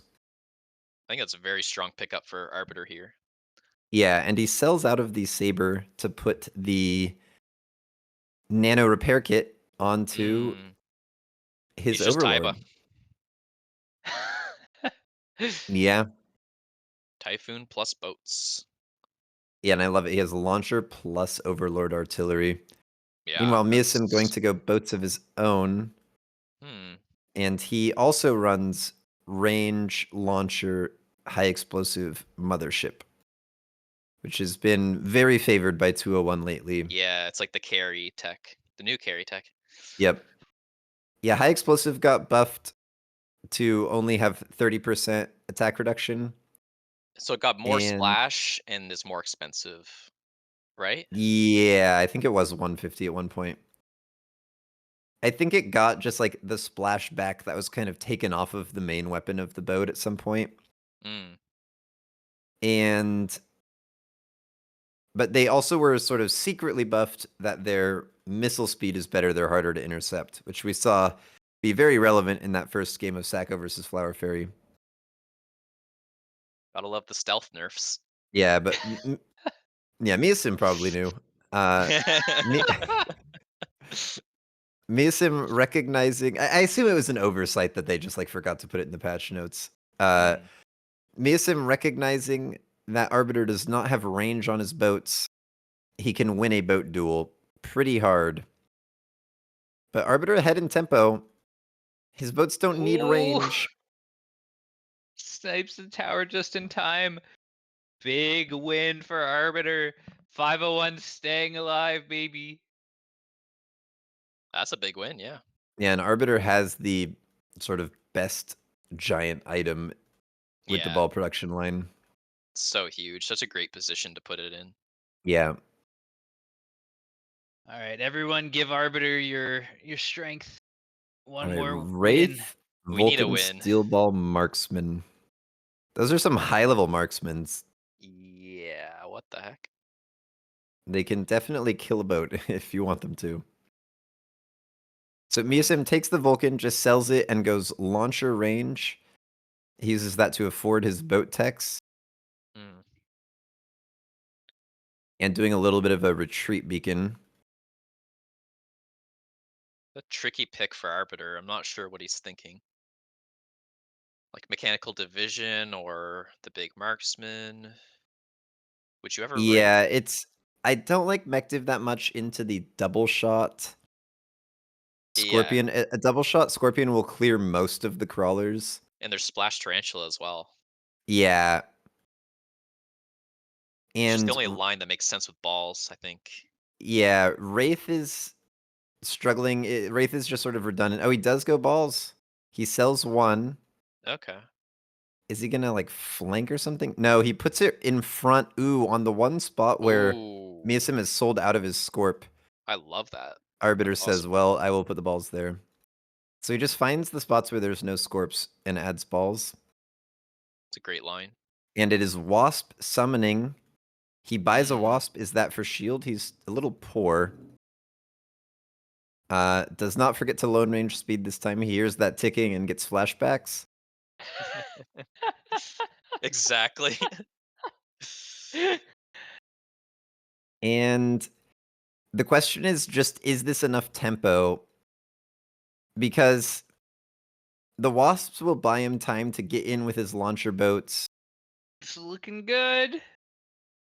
Yeah, looks like Arbiter will win. He's up the tempo, techs sort of down long term Slice the against the tower. range. Yeah, It's Nano. Let's go, Nano Boat.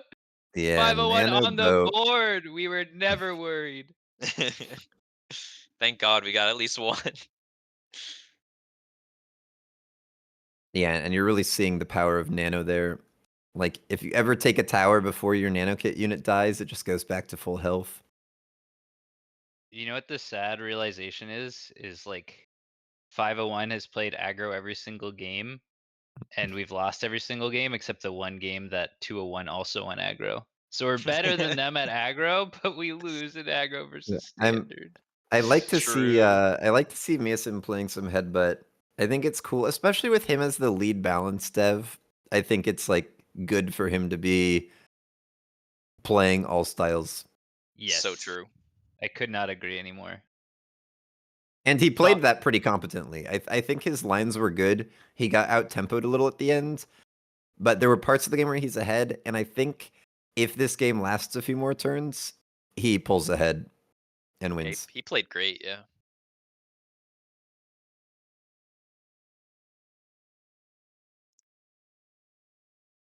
okay, so I have some interesting statistics for everyone. Thanks to Winbig, getting some data from the devs, we have an interesting stat of every player's win rate against the different regions. Oh wow. Sorry, 201 versus 501. So Arbiter's win rate against 201 players is 50%. Against top 50 201 players, right? So the best of the best 201 players. He's 50-50, which is shocking relative to his, and we don't know the sample size there, but his normal win rate is 83%. So it's a pretty big drop in terms of his normal win rate. But that being said, Meesim's win rate against top 501 players is also 50%. So both players have a We all coin flip. aggro him. Yeah, both players have a coin flip against the other region, and both players are better against their home region. Yeah. That's nice. Arbiter has a much better win rate against 501 players, and Meesim has a much better win rate against 201 players. That's very Yeah. cool. Makes sense, I suppose. It does, yeah. For like the best of our region, and then there's such fierce competition at the top level that goes pretty even. The most interesting statistic, though, that I thought out of all these win rates is that Flower Fairy's win rate against top 501 players is 33%. Whoa. Because He we all has What? aggro him. he has the biggest delta. He goes from a That's crazy. 70% win rate against 201 players to a 33% win rate against 501 players. All right, we got to That's know the funny. sample size. I don't want to look too much into Yeah, it. yeah, we do Yeah. have to know the sample size, but it's more fun if you don't know. Yeah, exactly. It's a Just good trust the storyline. numbers. Yeah. Trust the numbers. Data never lies. Yeah, yeah, and all these players do have like many alternate accounts where you lose some of the information because they're playing on other accounts too. And your sample size is smaller.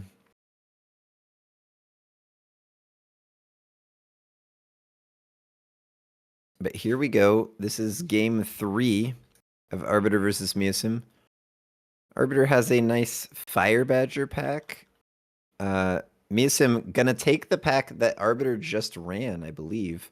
Arc Storm Saber says, well, I lost to this pack, so maybe it's good. Arbiter giving it a think does go with the Fire Badger spec. Man, I missed a Poochie commentary.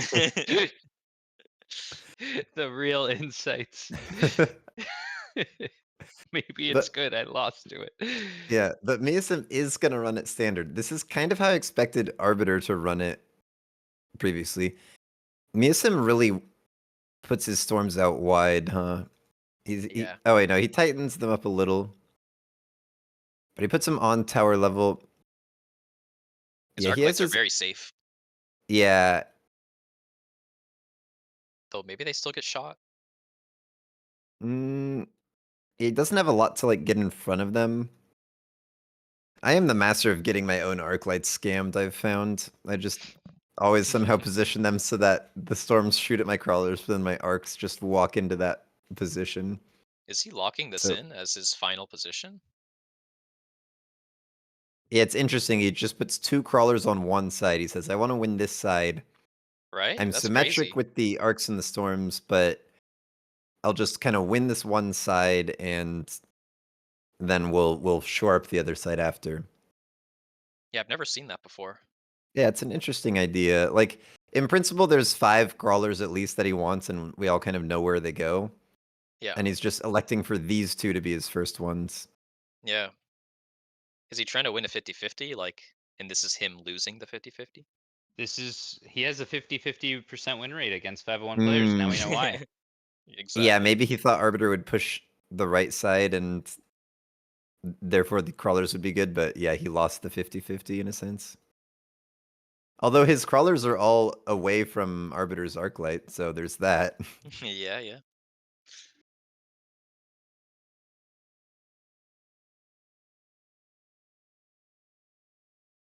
But yeah, his whole team's kind of dead.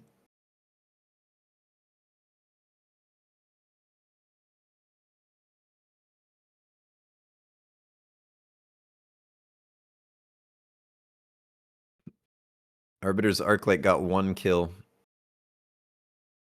The Storms kind of just did everything. 34 kills on one of his Storm packs. All right, here's the Fire Badger. Here's the Sabretooth. Assault Stormcaller. Miasm Snap picks it. Will Ooh. Arbiter do the same? It is a I- known good card. I'm a big fan of Assault Stormcaller when you already have Storms down. It's just a Yeah. lot of tempo. I Yeah, don't. and it's not standard versus standard, right? So they Yeah. are good. Yeah, it got nerfed a little bit. They keep a little bit more of their range, but they don't get as much health. So Yeah. if you click on them, you'll see they're 45, 96 health, which means they do die to a missile. And because the health up at tower works on base health, it's not very much. No, Arbiter gonna go haste. So he's maybe saying, I don't care about these storms long term. And I'm not going to take the Assault Storm. I want the haste for the Phoenix, give it more damage. Phoenix is sort of a critical unit against a Saber spec. It's great at killing it. It's not subject to being killed by it. And it can kind of force an answer out of your opponent as a single unit. Arbiter notably also running jump. He's kind of back to his old techs on this. Range, shield, EMP, jump.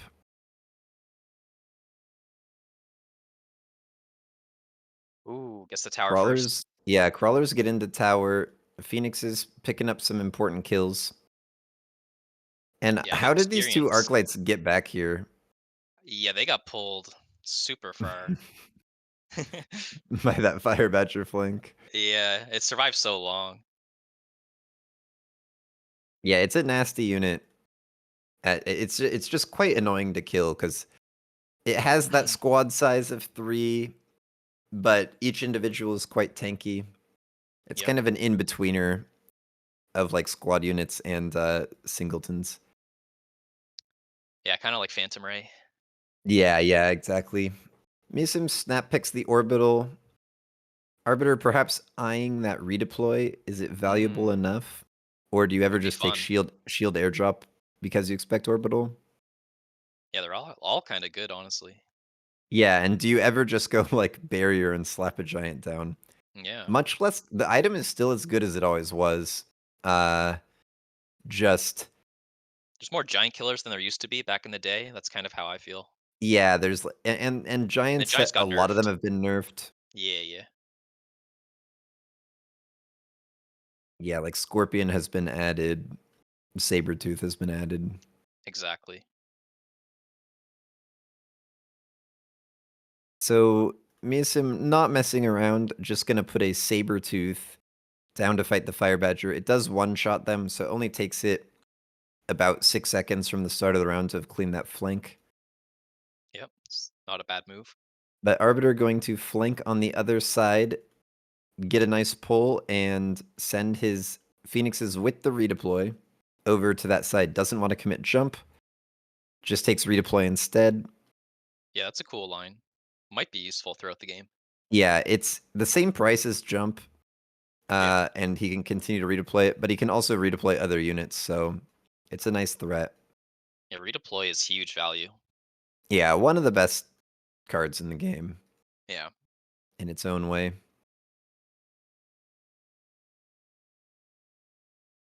And this Arclight nicely placed to kill the crawlers that did not split. Phoenix just goes tower.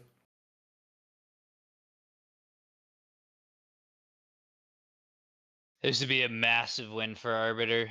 Yeah, what is the anti-air? I mean, there's none on the board, but what was on the board? Was there Or was anything? he was just planning on Bombard killing it? That was the plan? I guess I don't so. need anti-air, there's an orbital bombard. Serious spell Andy energy. Yeah, yeah. Wow, Misim even more aggressive with not buying anti-air than I am. Yeah. The I Arclight's mean, looking up. I like the greed, but Arbiter taking a very nice line into it. Dr. Like, I Boss and appreciate the thought. neither of you are allowed to mock for not buying anti-air. True. I buy True. anti-air aggressively. I do Right. not. Bear like provides Mustangs for both players. Miasim likes the Mustangs because they can clear Phoenix, and they're a pretty good defensive unit. If you scale them up, they become a huge threat, and they're in principle, it's easier for a defender to protect their Mustangs than an aggressor. Because like you can always bubble them. Arbiter likes them because there's fangs down. Assault Storm Launcher Overload. What do we think about this? Yeah, I love clicking it and just seeing that tiny little band. I think it's the correct tech with Assault Storm. You want them to be a tank, so you want to take away their range and give them speed, which is exactly what Launcher does. Look at that They are now, reposition. Oof. That's great. yeah, moves it to the other side. It's gonna go delete that saber, and Ooh. it is time to cut some cookies. What a nice line. But red is cooking. I mean, this launcher overload. It's a lot of damage against forts. Yeah, it's pretty good into Fort Stang. You can, if you put fire on them, they lose 20 more range. I want to see what that would look like. Uh, but sometimes Firestorm with Launcher can actually hold Fort Stang or Fort Fang pretty well. Yeah. Yeah, Phoenix nicely deleting that Saber. Taking out the Arc Light so that his Mustangs can be free. Mm-hmm. But these Stormcallers are fast. They can reposition themselves very effectively, kind of get into the Yeah. fight. Tower pressure too. Yeah. But these Phoenixes, they're doing so much work. Yeah, Phoenix top damage by a pretty significant margin. But the Mustangs now will go kill them. Or will they? Oh. There's Just one Mustang. barely. Wow. So nice round from Miasim, holding that off.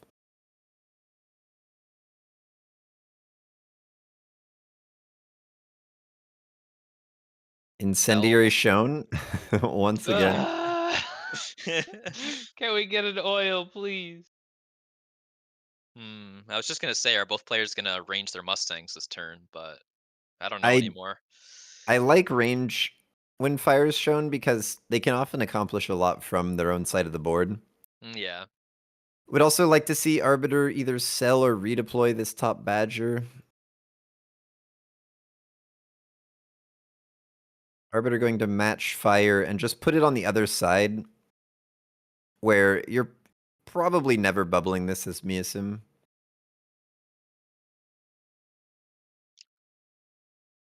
Are we going to see more Miasim, forts? yeah, Miasim gets out of the saber that the Phoenix was Yeah, I like killing. that move a lot. It was too Too easily, exposed. yeah, too exposed. Both players do take range.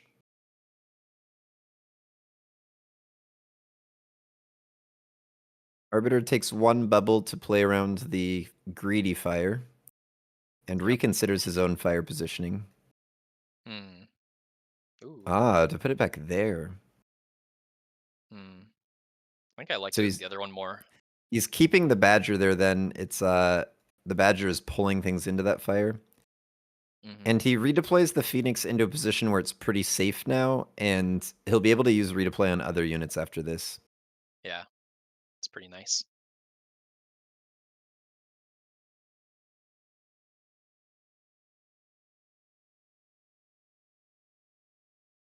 This fire seems much better for Miasim than for Arbiter. Yeah. Yeah, the Mustangs were pretty important. Although Arbiter's Mustangs, some of them are outside the fire clearing enemy Mustangs, and that's the important thing for the Phoenixes to perform. Yeah. Yeah, he's got just enough Mustangs hanging around to where he's gonna make it pretty close. Yeah. I think he's going to lose to that same pack of Mustangs in the end. Yeah. Tower's gonna pop really quick.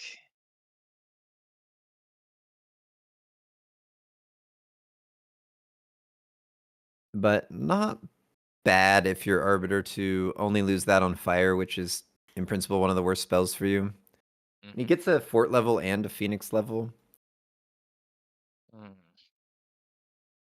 Rises from Bear like Be worms. Typhoon from Miasim. Gonna provide some more crawler clearance, and Arbiter also going Typhoon. What's the reason for Typhoon here, do you think? I guess it's just more clear and more bodies. They like they're sort of redundant with the arc lights, but they're kind of replacing them in a sense. Yeah, I like the body comment you said, like Melter is coming out. Yeah, it's. Oh, did Sacco say the same thing in chat at the same time? Instantaneously. Yeah. Uh,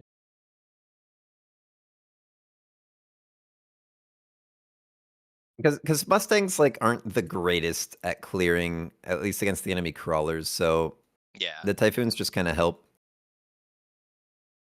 I wonder how they'll do against the Assault Storms, though. It feels like the Assault Storms should counter them pretty easily. Yeah, Assault Storms can survive against them, but you can eventually get some anti-missile. Oh, Arbiter gonna redeploy his arc light. Yeah, that's to pull everything to the left and keep his tower alive, maybe. Yeah, he moved it. It was like That'll- right in front of his tower before. Helipad Mustang, I love it. Arbiter timing out again. Yeah, not a bad position for it though, I suppose. It's Yeah, clearing it's killing fangs. fangs. Yeah.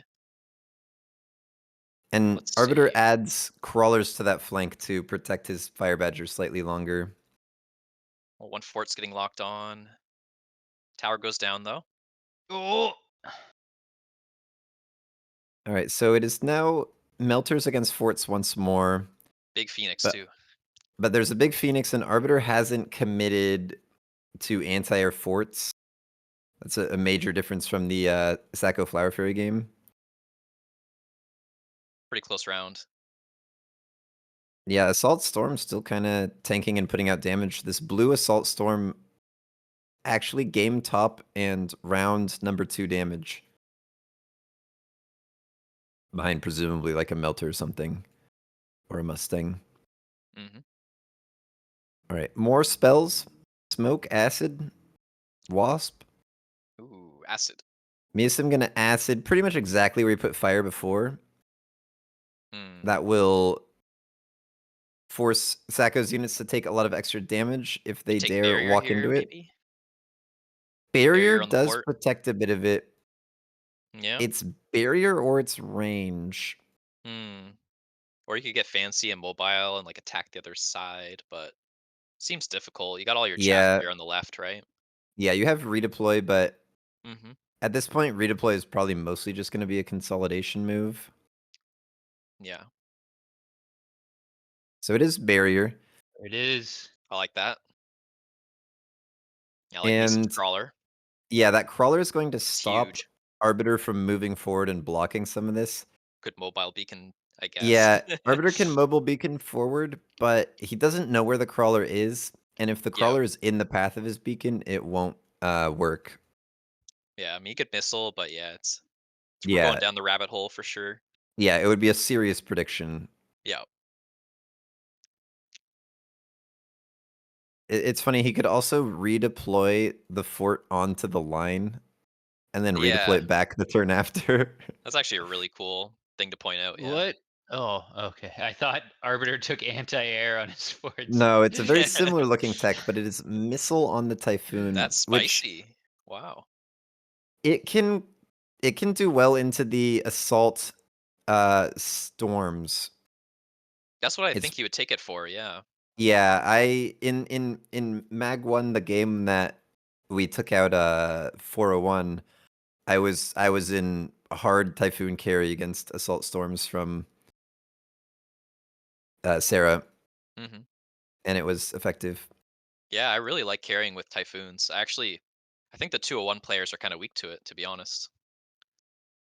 Yeah, I know the StarCraft Panda guy enjoys his Typhoons and takes the tech a lot, Yeah. but there not many others that I see do it.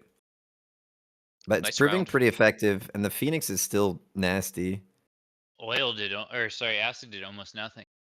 Mm, Yeah, Very ineffective. yeah. So mitigated. yeah, he kind of just sped through it. The less time you spend on it, the less it hurts you. True. EMAG Impact plus Orbital, kind of nasty. Yeah, that's powerful. Oh, Fortified Mustang for Arbiter. Ooh. Oops. His level 4 Mustangs now have 4,300 health each, which means they do not even die to a level 2 Stormcaller missile.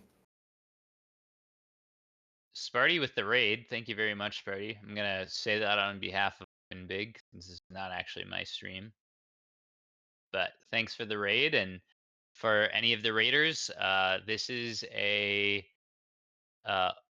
oil free Grand Prix put on by MAG1. It's a quick 4-person tournament where you are banned from buying oil. Oh, And look right at now we're this. watching Meestim versus Arbiter. It's a best of 3. Both have 1 win each. Um, So and this is the final game. Arbiter's fighting for his life to be the only 501 remaining. And Miasim going for the Assault Stormcaller cheese, zooming it in. Now, I don't even know how this works, but the Stormcallers, I guess they'll just stop when they're in range of the research center and shoot at it. Oh, Although they're getting not shooting it. distracted. Yeah, they're stopping because it's on their beacon, but they're shooting at closer units. Yeah. But now they're Oh, just ignoring the crawlers right on them. didn't work. Yeah, it didn't work. And Arbiter's Mustangs do not even die to an orbital bombard missile. They're so tanky. So there's a lot of Mustangs that are at like 1/3 HP because they survived in a bombard missile. So super nice pickup Wow. on the Yeah. fortified Stang. This asset's getting some value. Yeah, acid Mhm. getting value. The forts are kind of low. Looks like Miasim should win the round. Yeah, pretty substantial win. Yeah. Yeah, EMAG plus orbital. You It's would pretty hope to win that nasty. round. If you don't win, you're in big trouble. And now it's the fire round, and there's Oh more my god. EMAG. How about the I love the spell-free Grand Prix? yeah, Where's I that love the one? spell density that we've had. It's just like no oil, but all the other spells. No singular oil showing up in the cards. And Arbiter can just missile this Stormcaller, as we mentioned earlier. Even with health 1, the health 1 only adds a couple hundred health, and it goes up to 4768. So Arbiter going to take the oil or the fire in the middle of the weak side, because Miasim's units like push out of that side pretty quickly and will run to his tower, and they will just go over that fire. Okay, guys, I'm totally not a hater, but what does it mean when the lead balance dev clicks every single spell button every time it's offered? Well, It this is would like, almost seem like that's an overpowered thing. yeah, it is pretty late game. Like, we are in round 9, and Arbiter is playing the most spell weak unit in the game. Like, the main weakness of Mustangs is spells. But I know that he would probably pick a lot of these spells regardless. Okay, more fortresses. TikTok on the clock. You got $150, Mr. Arbiter. Okay. Random bubble on his Mustangs, very cool. Just avoiding the fire back there. Damn. The Apucci shade. All right, but he takes range on the forts. We kind of talked about this a little bit earlier. Range forts lets the Mustangs go in front, especially with the fortified Mustangs. They're actually a good tank. Yeah. Look at them just surviving and thriving in this fire. It's pretty epic. And Alright. a lot of Miasim's units are dead to the fire. Phoenix still alive, one of them at least. There's an assault storm on the tower. Ooh, the EMP was great on that fort. And the bubble went down at the last second. Very sad. But a small win. And Arbiter picks up a lot of levels. Special delivery. Wraith, at least we're provided with the Wraith answer in the same drop. And there's Scorp and Sledge. Arbiter going to select that marksman. Just for damage, I guess. Interesting. Yeah, it's damage. They're good into the existing melting points, but they're also helping to cover the Wraith. Ooh, Fang And summoning. yeah, Fang summoning is a very nice anti-melter tech. Of course, that's there are great. some strong Mustangs from Miasim that are getting stronger every turn. Mm-hmm. And Miasim taking the Scorp. Scorps are pretty good into Arbiter's board, but redundant with the melters. So he might not commit anything to it.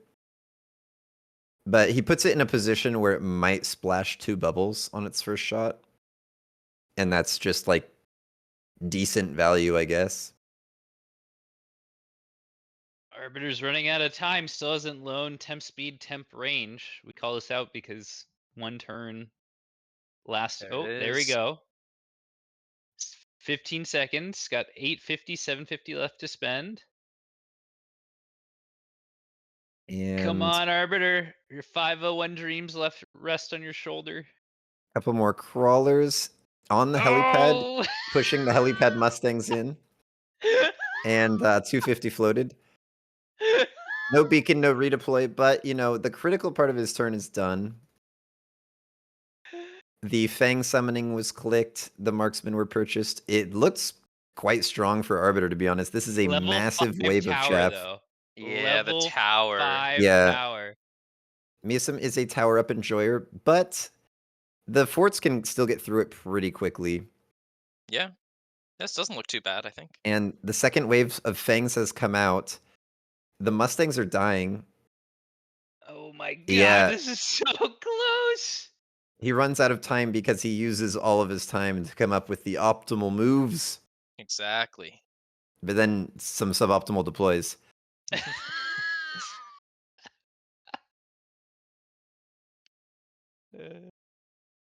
Imagine what his 90% win rate would be if he had infinite time. Yeah. All right, more spells. Smoke time. They're both going to take it. smoke in the same spot that Mesim's dropping every spell, and in fact, the acid and the EMAG are back up. So it's going to be smoke, acid, EMAG. Oh god, the card That's oh my god. Is Imagine if there's oil too. I know. Yeah, imagine if he's allowed to oil. He absolutely buys oil right there. If this Oh is not yeah. the oil-free Grand Prix, I want to make sure everyone's clear on that. And look at Arbiter's smoke. It's just This board state is crazy. 4 melters on the absolute back line that you can put Yep. it. Level yeah, 5 tower. These are just normal things. Oh my and god. it is fire from the Vulcans. But again, Sa- these are fortified Mustangs. All right, Arbiter taking a redeploy, moving the biggest fort to the other side. Is it time for some moves? Oh, he has EMP on his Phoenix, by the way. It's also level 6. Yeah. I It's a didn't notice scary how hard Phoenix. that Phoenix is carrying, but that Phoenix is carrying very hard. Yeah, it's like half the story of the game. And it's another Phoenix, another Mustang, elite recruited on the other side. Oh, I love this. Right side, nothing on that tower. If Arbiter takes that tower, it's GG. And some Really good point. anti-missile devices, a missile, and a beacon forward to try to cover as much of the spell as possible. But really not that much gets covered. Yeah, and then the gambit is now your units walked extra far into the smoke. Yeah, but he shortened the beacon enough that they don't go quite into it. Okay, Okay. all of the Mustangs are smoked, Not known to be and a they're good thing. kind of dying. This is looking bad. Looking pretty rough for Mr. Arbiter here. I didn't see if these have crawler summoning. They do. Yeah, the other side fort almost making it, but not quite. Is There's this one it last for Fang our Sum. hero? 501's dead. No. No. That is going to be the end. Wow, Oh, it's he cool though takes to the see. tower with the last shot. Yeah, it's funny to see from Miasim that he actually does the level 5 tower, bunch of units on the very back, just let the tower tank for you strategy. Wow. Which everyone kind of memed about when tower fortification first got added to the game, but he actually pulls I it off. will I will reiterate my point. After saying Meeson played fantastic, but if the lead balance dev takes every single spell, what does that mean about spells? Probably pretty good. Probably pretty powerful. Good argument. Spells. Spells. Good. Spells? Spells are good.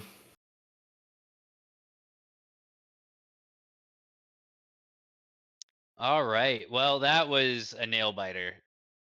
Yeah. Fantastic game, Assault Arbiter. Storms. Got it done. Yeah, Yeah, the it was Assault great. Storms looked pretty good. I mean, final round, they're kind of doing nothing, but they're Yeah, still tanking. indeed.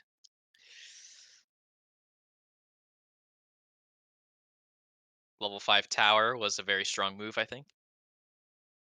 Miasim will happily level up his towers against these types of pushes. Yep. When you put things in the very, very back, that's when it makes the most sense, I think.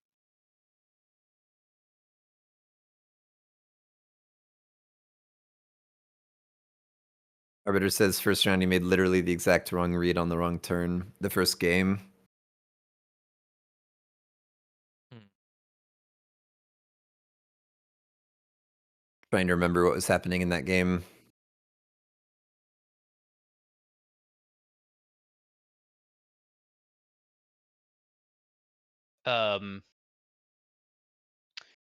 Winvig, who organized the tournament, said that if either of the 501 players win, they'll come on in between games to give a interview. Sadly, looks like that might not happen. 501 in shambles. Oh, right. The first game was the Mass Fort and then Assault Melter.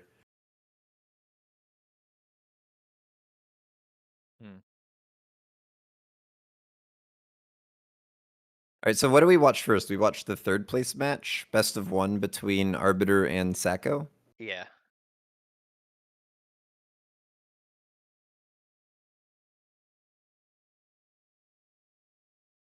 Should be a fun one. Yeah. The Oh, homies there it duking it is. out. They only scrim against each other like every day. Yeah, and they play twos together quite a bit. Yeah. Don't know what secrets they have from each other. So two players very familiar with each other's playstyles. But no oil. And slightly different tech choices between them. I believe they had different things on the fort. Sacco runs Launcher, Arbiter runs Fangs. I know Sacco was into Yeah. Fangs briefly a little while ago, but probably got into a few scenarios against Worms or something where he really wanted the Launcher. Put it back on. Mhm.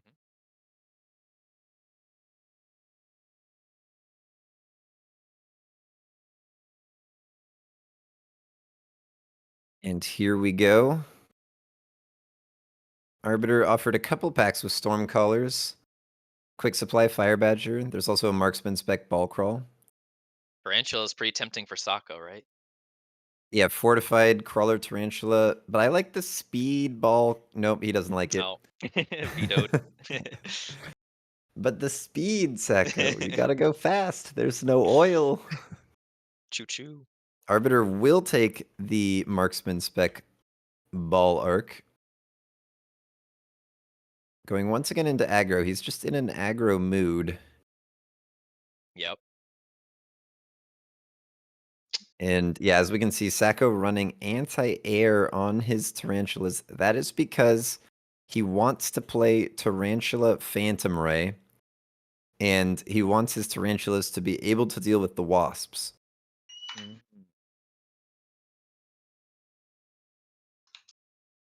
Little bit of a headbutt going on. Yep, they're both lining up on the same side. Probably favorable to Sacco that this happens this way. Oh no, he's changing his mind. Ooh.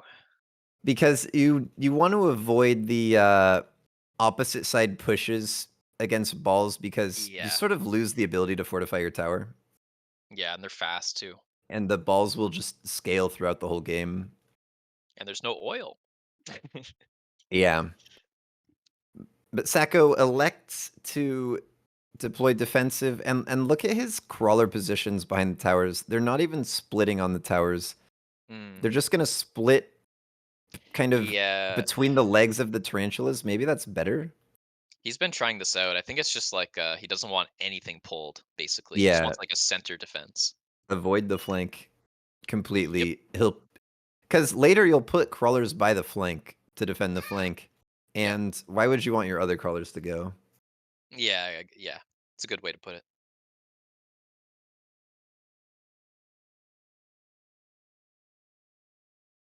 So Arbiter's central arclight pretty well lined up to clear for these balls, but the other ones, the one on the right is just kind of walking. Yeah. He's no good for now. But all of the balls live. The tarantula not able to perform. Maybe there's something to be said about balls being good against fortified spec. Yeah, and just good against tarantula. Mm-hmm. But in a weird way, when you win first round really hard with balls, they don't level because they split the experience between the two packs. It's rounds that Yeah. you barely win that one ball will have killed everything and it levels. That's so true, yeah. Ooh, nice options here. Subsidized arc light, shield airdrop, laser sight. The 201's kind of like charge shot arclight defense against balls. Yeah, I mean it's sort of a classic way to defend. You just lose the chaff clear ability. Mm-hmm. Sacco's skipping, doesn't want laser sight, doesn't want sub arc. It's just time for wasps. Oh no, he's been Wow. converted. He has the jump drive wasp. Yeah. Well, it's good against orange, man. Yeah, the only upshoot for Arbiter is the level 3 marksman. Yep. If you win ground hard enough, that marksman will take care of all of the wasps, Yeah. which might Definitely. happen with this bubble protecting it. Yeah. It's a really nice shield airdrop. Makes him safe against missiles and will soak up damage each round without dying. And Arbiter fortifies the tower That's a good to move. defend against this potential just whatever Yeah, the Sacco might cheese. run at it. So it'll hold the wasps for quite a while. Yep. And balls are in once again on the tarantula wasps, not putting out enough damage to stop this. Funny Tower's going to go tower down, timing. kind of similar timing for each. This favors Sacco because the marksman still one-shots the wasps in debuff. Yeah. And it's in the bubble. Yeah, safe in its bubble. I think the bubble's fine, right?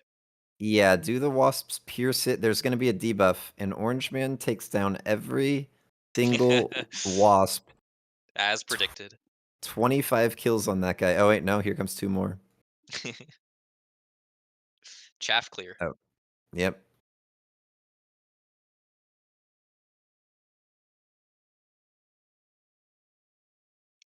The wasp does level. Typhoon They're like safe. People have been taking them a provides. lot. Ooh. Saber Typhoon, versus Typhoon. yeah. The Saber is a great pickup for Sacco with the prediction of the Typhoon. Yeah. Looks good. Good pairing with Tarantula in general, I feel. Yeah, we saw that earlier, right? Or was it? No, we saw Tarantula plus Scorpion? Scorp. Yeah. The And arachnids. yeah, and it was Typhoon Saber. Yep. Hmm. Jump on the wasps, fearing the Typhoons perhaps. Maybe gonna look for a new angle.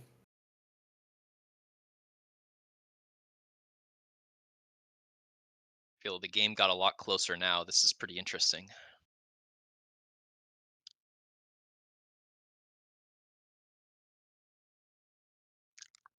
But that shield is pretty And nasty. yeah, the Saber will probably pop it. Sacco clumping the wasps. Nope. He's thinking about he's moving the wasps around. I will refrain from further comment until he locks in his wasp position.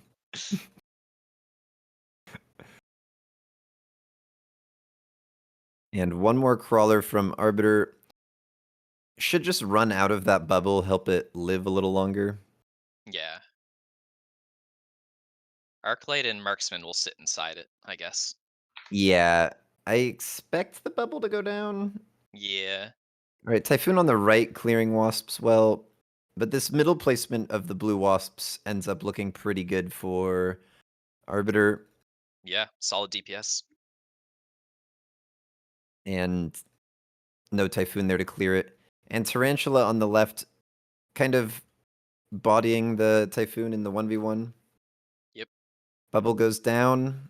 Couple of crawlers still alive, distracting that orange fellow. At least a sentry lived. Yeah. And the wasp didn't level, but it did a lot of damage. Fun fact: Misim is spectating this game and said Saber-Tooth Tiger is really Typhoon Steelball's dad.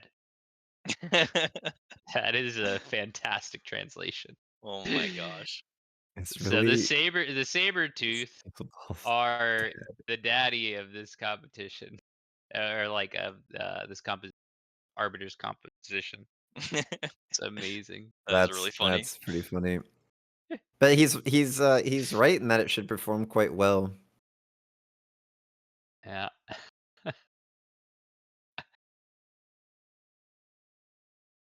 Saber has a pretty nice fire rate and good damage into the Typhoon. Scorpion is sort of the ultimate answer to Typhoon Steel Ball, but Saber fills a similar role.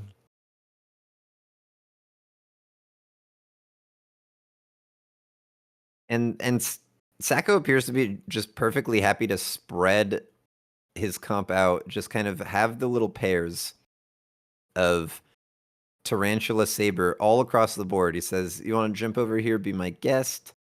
I'm already covering that.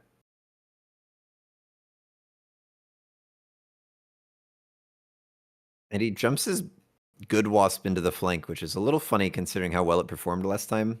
But I guess he's expecting a Typhoon to be there and clear it, so it makes a lot of sense.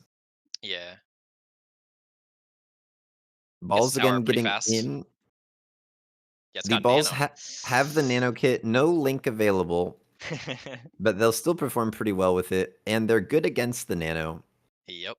that Sacco picked up. Ooh, the missile.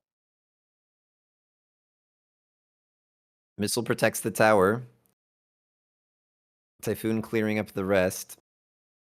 And the nano ball simply cannot be killed. Pretty big win. Yes, win big. Arbiter saying, "You're not my real dad." Ooh, the advanced power system. Snap pick for Arbiter. Sacco maybe looking at additional deployment slot. There he goes. The choo-choo train has arrived. More wasp jumps. It's a funny Double location shot. he moved it. It was already in a good spot to kill the tower. He just puts it in front now. Yeah, probably just figuring there's going to be something back there. Yeah, like a missile. Wants to make sure every angle is covered. Yep. Sometimes it's good to just leave it in the same spot until they cover it, just because you want to say, lose like, the mind game. Yeah, yeah. You don't want to jump out and have them just expect you're going to jump out and not cover. Mm-hmm. So shield airdrop back again. But Double shot shots is here. Saber clears it pretty quickly. It's 50k HP. Yep. So it still lasts through the initial volley, because the initial volley is about half health. So it would go down 3.4 seconds later, but I think the crawlers are out of it by then. Taiba. Boats come down. Yep. Makes a lot of sense. They're not subject to any of these attacks that Sacco has on his board. Only the wasps can clear them, but the wasps are kind of all over the place. And Arbiter just pays no respect to the wasps taking tower. Didn't really matter where they were. Yeah. Just figures he can do enough damage before they take tower. Is that true, though? Doesn't look like it. I mean, it's okay. And the other wasps from Sacco don't even go tower. They just go up to this boat. Yeah. And kind of die. Maybe he gets an air win.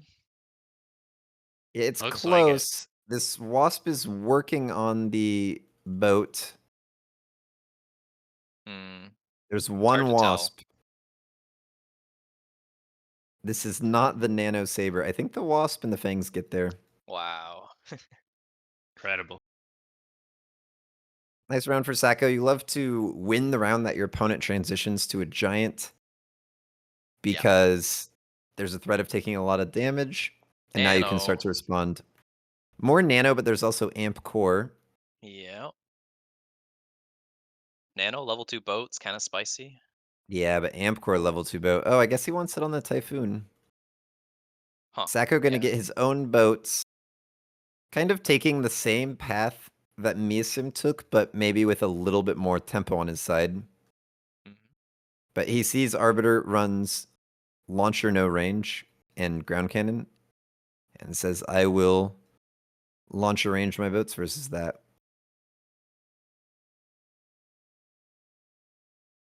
But Arbiter is the player with the Typhoons. And I will tell you what, in the boat mirror where one player has Typhoons, that player tends to be pretty advantaged on the turn that wasps come out. That is true. But tarantulas with HE, man. It's so good. Yeah, and he does have anti-air on them. Oh, snap. So he just points them up at the sky and says, take this, wasps. No more flanking wasp stuff, it looks like.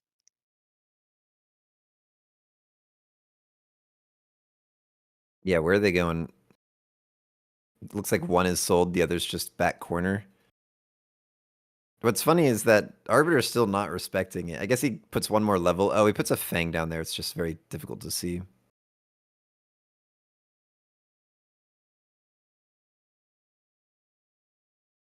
Okay, so here come the remaining balls. They're not long for the world. It's time for them to be sold. And there's slightly more late chaff from Arbiter, although Sacco has some chaff coming in from funny angles. But Arbiter's Nano Boat will not lose to any like late round a few Fangs and a Wasp. Yeah. Yeah, pretty good win. Sako getting pretty low. Yep. Yeah, Sacco on notice now. 1400 is exactly 4 giants. Mm. Units from Bear Lake. Mostly air. Yeah, Phoenix could be relevant. Sledge for Sacco, just they do Interesting. get ground cannons, but I guess they slow him down a bit. Mm. He doesn't want the Yeah. raise. I thought he might Phoenix, but he doesn't want it. The rays seem pretty solid. It's launcher range. Raise, yeah, they can sort of die to boats, especially when the chaff is lasting pretty long. It's tanks from both, actually. Interesting. I don't mind it really. Like they both already have their carries, right? They're just looking for meat. Yep. Yeah, it's fairly sensible. Like, nothing there looked too enticing. Sacco dropping in the annoying flank crawler to try to get this boat and Arclight to spend some time on it. Yep. Mm, Can't beacon it though, because it's summoning. Yeah. feels Arbiter like gonna that tech arc his light. boats. Field maintenance. Just Mm. give him a little bit more health. And it's not enough to make them survive a Sabertooth, of course, because they're double shot and they're level 2. Yeah, But it makes them take a lot longer for a Tarantula to clear. So if a Tarantula ever gets stuck on one and nothing's helping it, it's just stuck. And that can make a big difference. for sure.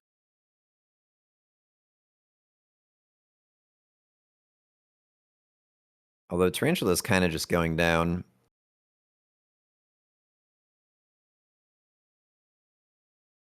Shaft Clear is dead from Sacco, and Arbiter still has a one last wave of crawlers. Ironically, the ones that got pulled to the distraction crawler.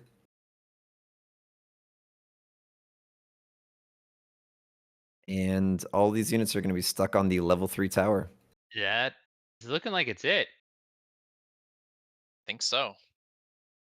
So Arbiter is your third place. Well done. GG's. Spicy little game there. Yeah, very tight packed formation from Arbiter. Just everything in this little block. He's saying, this game, I promise. This game, I swear, there will be no spells. And I will get away with putting my units in a block. And Sacco's saying, hey, I watch these 201 players defend and they get a spell every round. Where's my Lightning Storm? Where's my Orbital? Where's my EMP? Like, what the heck is going on He here? literally said in chat earlier, I'm gonna play Symmetric from here on out after watching this game. And he did, and he got owned. I think we're seeing who Bear like favors the most here. And it's like 201s get the most favor. And then Arbiter and Sacco just gets Yep. no favor. Not We blessed. we figured it out. uh Wonder about you got to switch into the spectator seat. Thanks.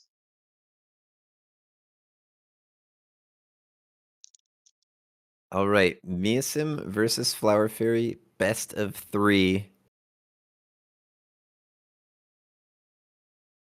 okay, so for more stats on this matchup, if you look at the player regional win rates uh versus top 201 players, Flower Fairy has a crushing 70% win rate versus MeSim only at 58%. Hmm. So the highest win rate out of all these regional matchups is Flower Fairy, and it's versus 201 players. So Yeah. based off of the stats here, Flower Fairy, this is his jam. This is where he shines. Yeah, I would say Miasim was most dominant in the era of Vulcan Melter. Miasim is a big Melter enjoyer and was just so good at the Giants in the era when those were really powerful. And now in this like slightly more small unit focused, he's obviously still very good. But in this meta, Flower Fairy has been the more dominant standard player. Yep. But we saw some MeSim aggro, so Yeah.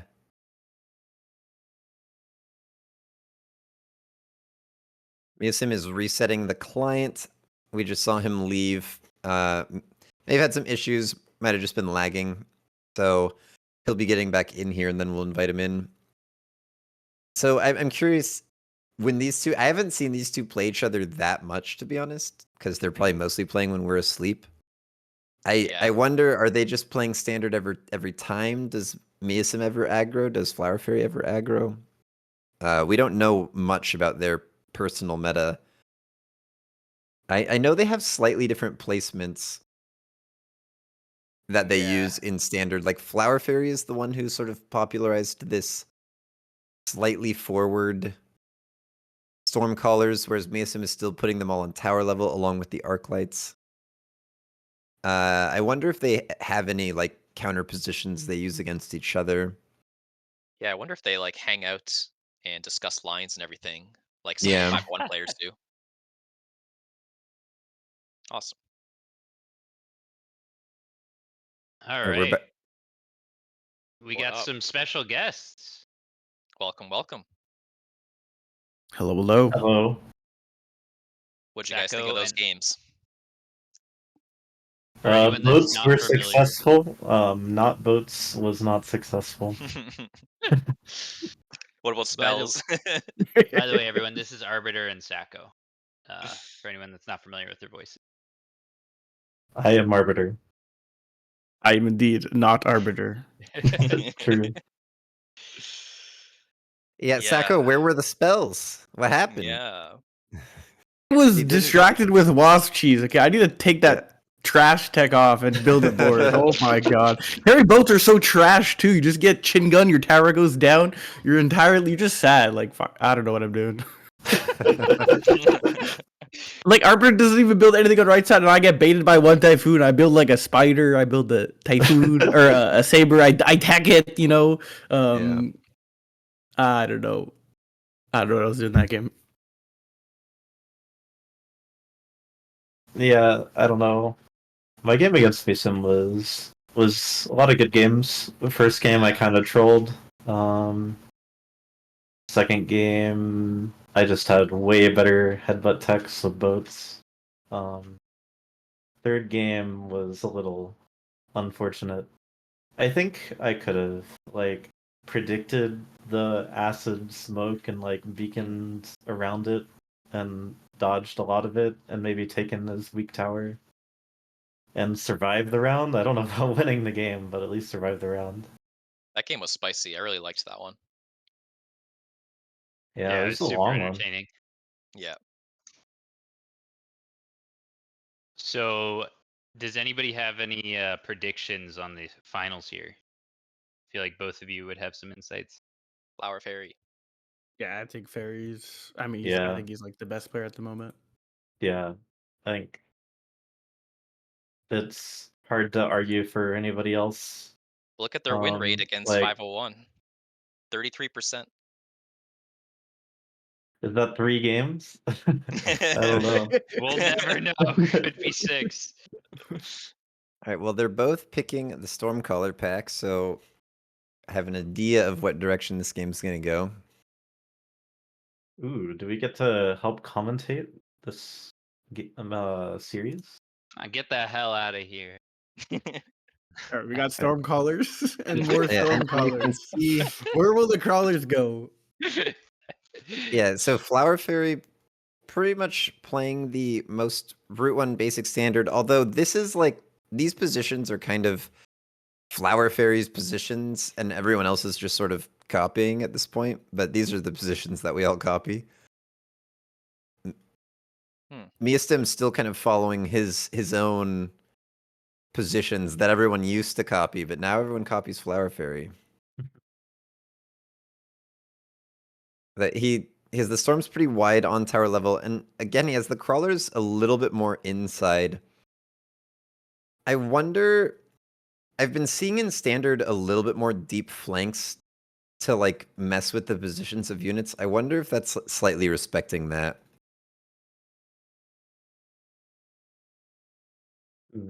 And they both go with horizontal crawlers behind tower, even though it's fairly obvious that this will be a standard match.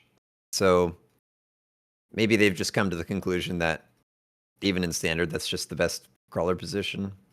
I think Yeah, it that's probably what I is. do in standard, just because vertical dodge is worse storms. against storm crawlers. Yeah. Yeah, exactly. Yeah.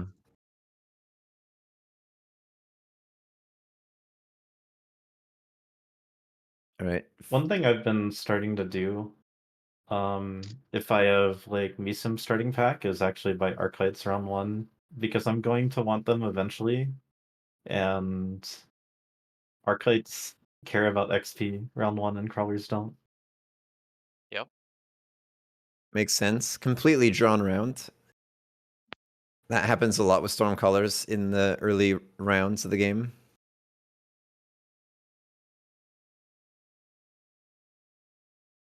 So now the Arclights come down for Miasim.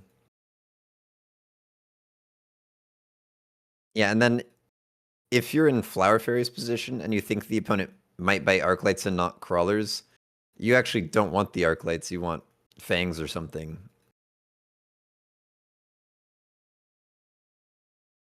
But Flower Fairy did take the Arclights and Miasim did take the Crawlers, so nice prediction.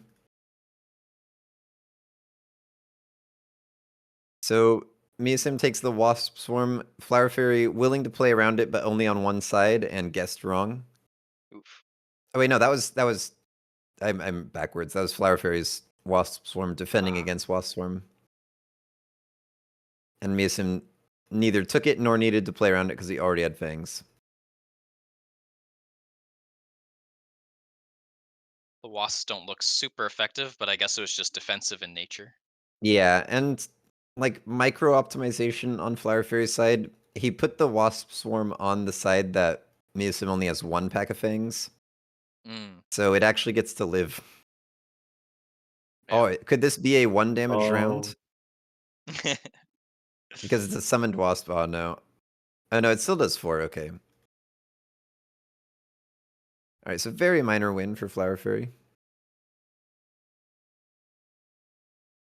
It's round 2 and 104 damage has been dealt. Intensive comes down and Flower Fairy takes it for the Arclight. Wow. Gets it to level 3. Isn't Missile Strike pretty premium? Missile Strike is pretty good against storms, but Flower Fairy likes the intensive, maybe thinking about Arc Carry, and Yeah. Miasim likes the absorption module. No idea what Miasim's cooking. Yeah. But Miasim has been cooking lately. Like in the last weekend's tournament, I would go in and observe the end of his game, and he would have like 5 wasps that are high level with jump drive, and he's like clustering them in the back and having them follow a worm into victory. So he's got the wasps out. And he's got the worm item. Yeah, he has a worm item, and he just has a Farseer from his specialist. Flower Fairy running full carry with EMP on the arcs. No upshoot on them. Kind of a weak tech anyways. But this level 3 Arclight kind of owning. Yeah. But the wasps will take the round. I have noticed Flower Fairy really enjoys the elite marksman, like Arclight. Yeah. I still like the tech after the 100 nerf. I think you still click it when it makes sense to be an Arclight carry. Yeah, they nerfed the damage on it first, and then they nerfed the cost. Is that right? Yeah. Yeah, I took it off in protest.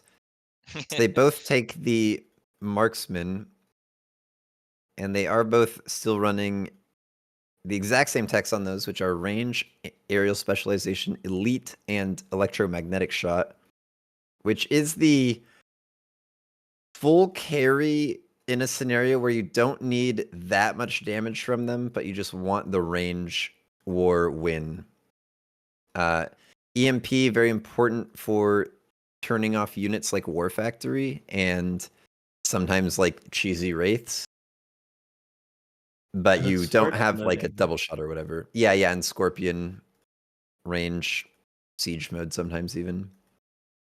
Both of them were very patient, not buying Markson or Phoenixes as long as possible to see if they would show up in the first unit drop. I Yeah. imagine if Phoenixes showed up, both players would have taken the Phoenixes.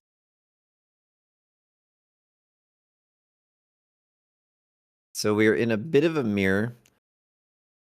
Except that Miasim has a random wasp and a Farseer. But Flower Fairy has some fangs out now that can kill the wasp. The And Arclight's has gonna level. Giga Arclight. Yep. Oh. That's a level 5 Arclight if he wants it. Although he may be putting the intensive on Marksman now. But Flower Fairy kind of building the board that loses to a worm. And Miasim has a worm item. And a very, very cool 50 damage round. It's gonna be a This long might one. be the least damage I've ever seen through 4 rounds. Yeah. Holy cow. Very close game. Improved Sandworm, do you click it or do you take a tank prod line? Hmm. It's tank production line for Flower Fairy, who might be considering it on a melter if you're expecting the Sandworm. Hmm. Probably just gonna hold on to it for now. Yeah, like what pairs well with his Arclights? Well, I don't even know if he's going into Arclight carry, to be fair. Yeah, he does take the level 5. Oh, okay. I mean, that suggests something, I think. So it is fire, and Miasim just gonna casually slap the absorption module onto the wasp, Wow. which is a surprising selection. Yeah. That's pretty wild. That probably means it's a temporary unit. Yeah. Usually that means you're gonna sell it because most things on the board will one-shot it, but any fangs that come across that wasp are going to live their own nightmare. Yep. Both players are still playing very flexibly, not committing Yeah. to any more units until they see what the second drop offers. Yep, it's just fire from Miasim. He's seen enough chaff to want it. And maybe it means the wasp gets in. But the marksman's slowly taking him down. And absorption module just gives you a little bit of HP, right? Yeah. Yeah.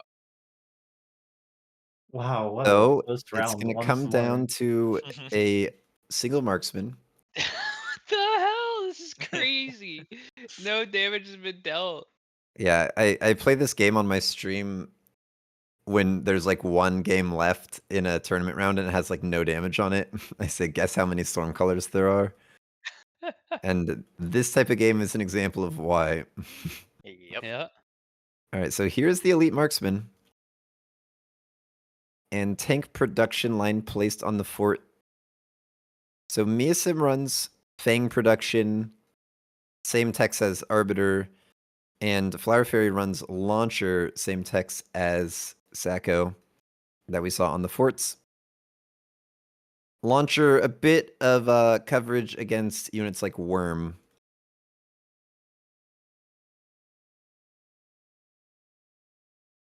Lack of oil here is very relevant.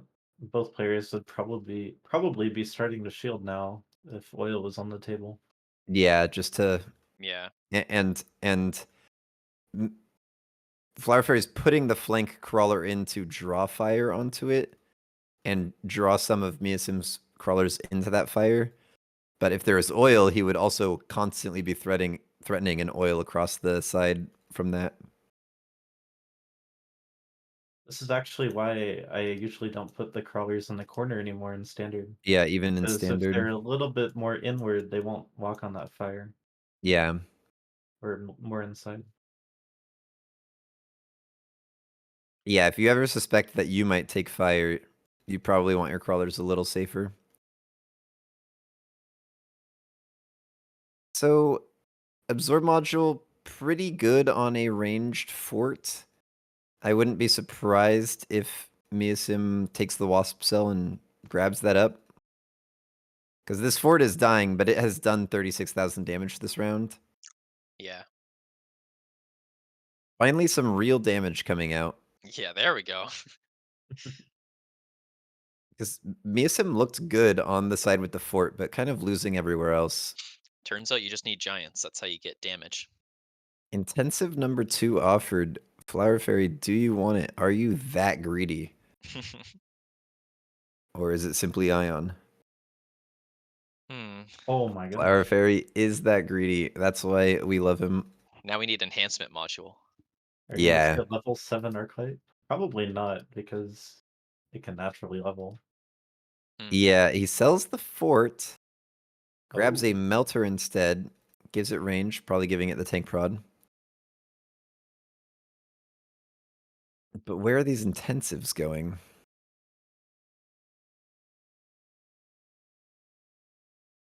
There's no arc that leveled, unfortunately. But it could start to be marksman. No, it is that arc. That is a level 7. 183 range. From downtown. 6k damage. And Miasim does move the absorb module onto the fort. Saw that it was in a blue fort duel. And takes bubbles, which is playing around Ion. Maybe that's why Flower Fairy didn't take Ion. But I think it was just that the intensive was too enticing. And in such a low damage game, Ion may be less impressive than normal.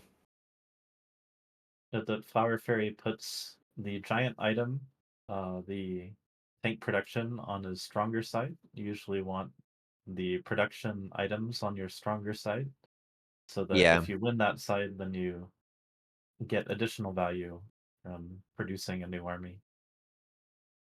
Yeah, you either want it on your strongest side or like the side that both players are weaker. If you both have like the same strong side, same weak side. Basically, the side you're more likely to win. Yeah. Oh, the Arclight gets a chance. Arclight doing work. He killed Absorb mod one. fort goes down. Pretty minor win for the Ion Beam. Yeah, true. But considering how long this game's going, it probably comes back. Ooh. Missile Strike now being taken by both players. It was skipped earlier. Yeah. What are you missile striking if you are Flower Fairy? Like everything, A it's crawler, I just guess. a random Fang pack. Yeah. I guess it's worth, like, the late Fangs are kind of a pain to deal with. Yeah, it's more valuable than a crawler to kill, I guess. Yeah. But yeah, I like might have considered skipping it if that was the case. Miasim gonna match. Oh wait, no, this is elite marksman on marksman, and it's a bunch of marksmen. Yeah. He's got a bunch of he's got 2 level 4s, 3 level 4s. Yeah, from the original drop, they've each leveled once. And then a bunch of level 2s. And marksman with elite mark is a pretty decent answer to melting point. They do, the level 4s are doing 15,000, so almost two-shotting the melters. Melter EMP to get through those bubbles faster. Yeah, not bad. Chaff takes a while to clear. Yeah, the fire is Ooh. looking pretty effective from Miasim, but Look at the locks, though. the melter is the superior unit to the fort in this board. The arc But now light, the Giga arc light. Oh, Oh, and there's Giga some arc. late fangs somehow weaved their way through that fire, and they are distracting the marksman enough for Gigalight to pop off. That is a level 9 arc light. Misa may need Stormcolor range soon. Yeah. Stormcolors are dying very quickly. Mm. Alright, so the arc is level 9, so you gotta find another arc to start juicing with the intensive training. Imagine if it had absorption module. Yeah. Oh my. Alright, Big Rhino, simply sell it. Miasim takes the Phantom Rays, which there are 3 of, so that is not a sell. Hmm. As you said, there's the Storm range. Double intensive on the left arc light, that is now level 5. And The rays Crawler just die, though. production, Crawler underground for Flower Fairy, kind of getting into an old-fashioned melter board. Yep. No Yep. fire on the storms.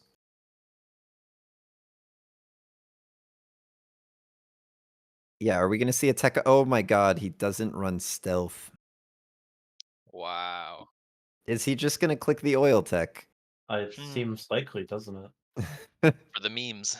Just says oil free Grand Prix this. But it's a little awkward since he's gonna oil himself if he does it. Yeah. Yeah, Especially with where he put these Phantom Rays. yeah, I don't think the Phantom Rays are gonna do anything. I guess they distract Melters and Marksman a little bit. And he felt that was enough value to play him. They're just like kind of scuffed wasps. Maybe. I don't know if the underground worked out how Flower Fairy wanted it to. Yeah. Not Yeah. sure either. They don't quite go through fire. They There's didn't get still through the fire and they kind of ran in and died a little more quickly. oh But then the yeah, now sunlight they're here. comes out. There's Ooh. still HP2 on the tower available,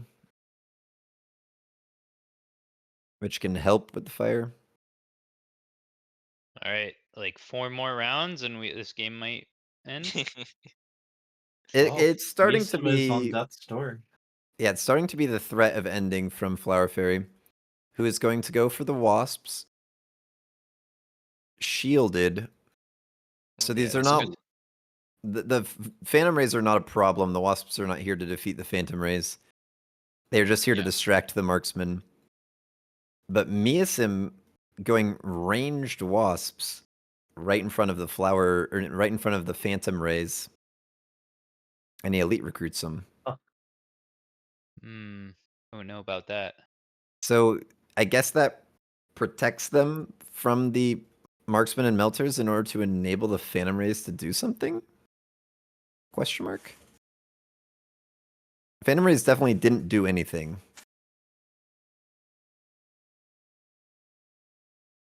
And from Flower Fairy, we have elite marksman on the marksman. This team is very elite.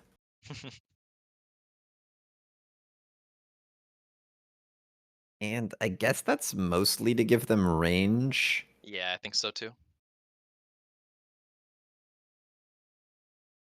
Because I'm clicking on them and they each dealt like around 1 or 2 full attacks worth of damage last round, so they don't need more damage.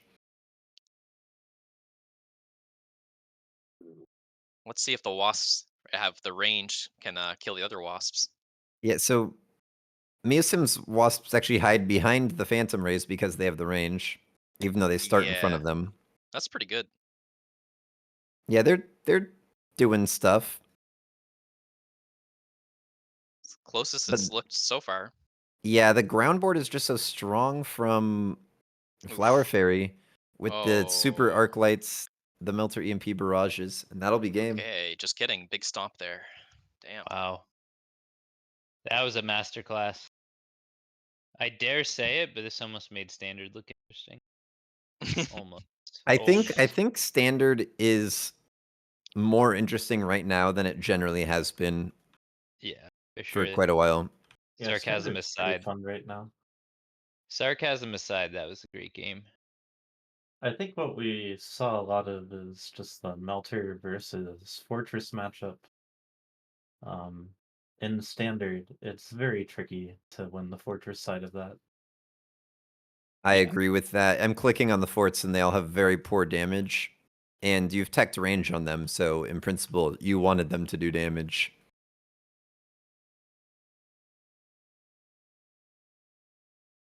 You sometimes get away with forts in Standard if you get the extended range fort card, maybe if you run Elite Marksman, but it's mostly just not a Standard unit.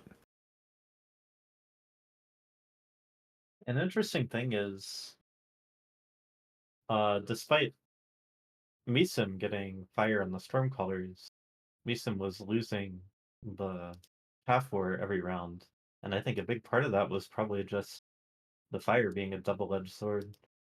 The fire was helping out Flower Fairy just as much as it was helping out Meeson, and Flower Fairy never even needed to tech the Stormcallers.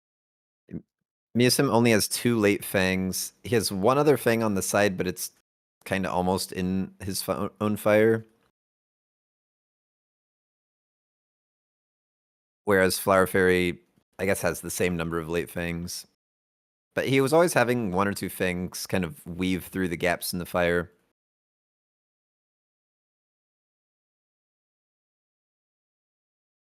And then the melting point crawler production gives you even more late chaff. Right, yeah, once you get to the point where you have those triple tech melters and you're really starting to spam them, that's when melters become really, really strong in Standard. It's harder to get to that point where the melter board just completely dominates than it used to when the crawler production tech was quite a bit stronger, but you do still eventually get there. And that was such a low damage game. Flower Fairy just kind of saw how little damage was happening and just built into the ultimate late game. Takes the intensive, gets elite on both of the small units, gets the production on the giant. Just ends up in a very, very strong late game comp. Yeah, And really actually didn't have the not health threatened. not a comp that I see very often anymore. It's Yeah. kind of an old school comp. Yeah.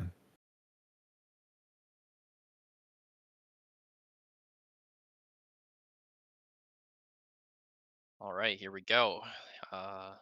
2 Stormcallers for Flower Fairy. Let's see if he goes for any of those.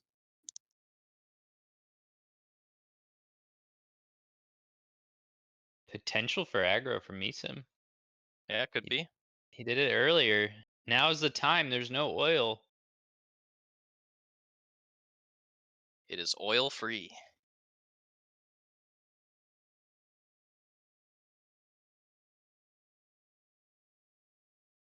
Saber spec with Sledge Crawler. Looks like it's not aggro though. Wonder if he Yeah, has higher win odds if he aggros, honestly. Flower Fairy is giant spec, which there's not that many standard relevant giants. So sometimes you're just letting them use their specialist more if you aggro. I don't know, it's close. Mm-hmm.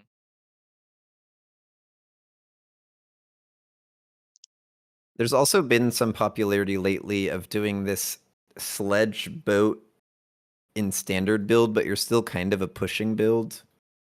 But you're just coming out of a deep Yeah. position. Yeah, it's interesting stuff.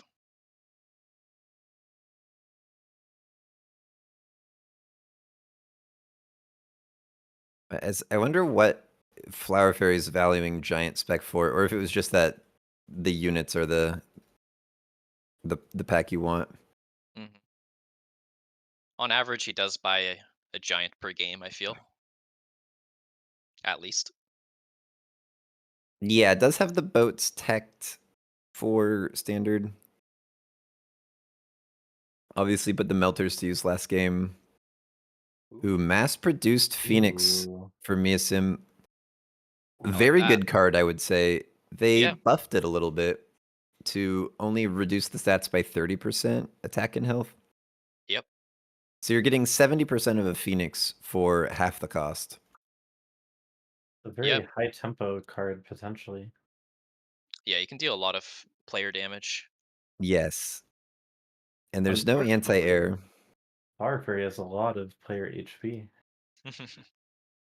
Yeah, 4,800, already ahead by 1,400. That's kind of funny. But big tempo turn for Miasim. Has the Sabertooth, has the Master Bruce Phoenix, and got more Sledge. So a lot of damage potential here. If you're able to just kill these Arc Lights and kill the Storms before they really kill any of your units.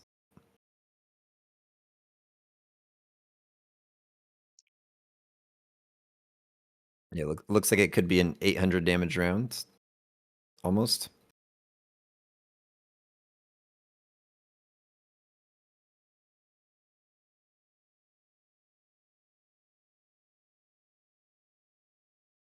So it's pretty solid from Miasim if he can continue to put the pressure on with Mass Bruce Phoenixes. Now, Flower Fury is giant spec, and I know is a bit of a anti-air fort enjoyer. Don't know if they'll take it in standard. We do see a nano kit come out. Vulcan is unlocked, but that's probably just preventing it from being a drop against a player with kind of weak chaff clear. Miasim looking like a Sledge believer. Oh no, it is Vulcan. It's a real Vulcan. Wow, you spoke too soon. I guess Vulcan is pretty decent against sledgehammers if you can get ahead of them on the scaling. And there's no fangs yet, right? Like a lot of standard games have fangs by now. Yeah. So Vulcan can clear basically everything on this board.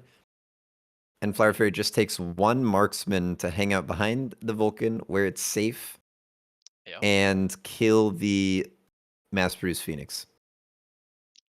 Pretty good idea. And it looks like Mason was taking the Phoenix more as just a minimal investment into air rather than as a unit to spam, and it is the sledges being spammed. Kind of weird though. Like it only saves you $50 for a weaker Phoenix, but Yeah. maybe it's not But bad. it gives you the route into spamming them Yeah. if you for think sure. it's right, like a turn or two later. Mm-hmm. If you start swinning the ground hard enough, then it can really start to push a lot of damage very quickly. Yeah. Yeah. Now the question is, can you kill this Vulcan? It is locked on the Saber. Going to come down to tower timing. Yeah, Miasim is about to take it. Ooh, there you go. Saber alive just long enough. Damn. Pretty decent damage again from Miasim. Still lower health than Flower Fairy. Definitely much faster than last game. Yes. Oh, Fang carry. Let's go. Wasps for both. That makes sense, I think. Yeah, when it's Marksman versus Phoenix. And there's the Mech Rage. There we go. It's a great tech for pushing an advantage with sledges. Yep. If you have And enough there's of them, it's good chaff clear Scorch. too. Yeah. But so it is turning into a pushing board. The sledges just go in faster Yeah. and stay ahead of the Wasps and the Phoenix.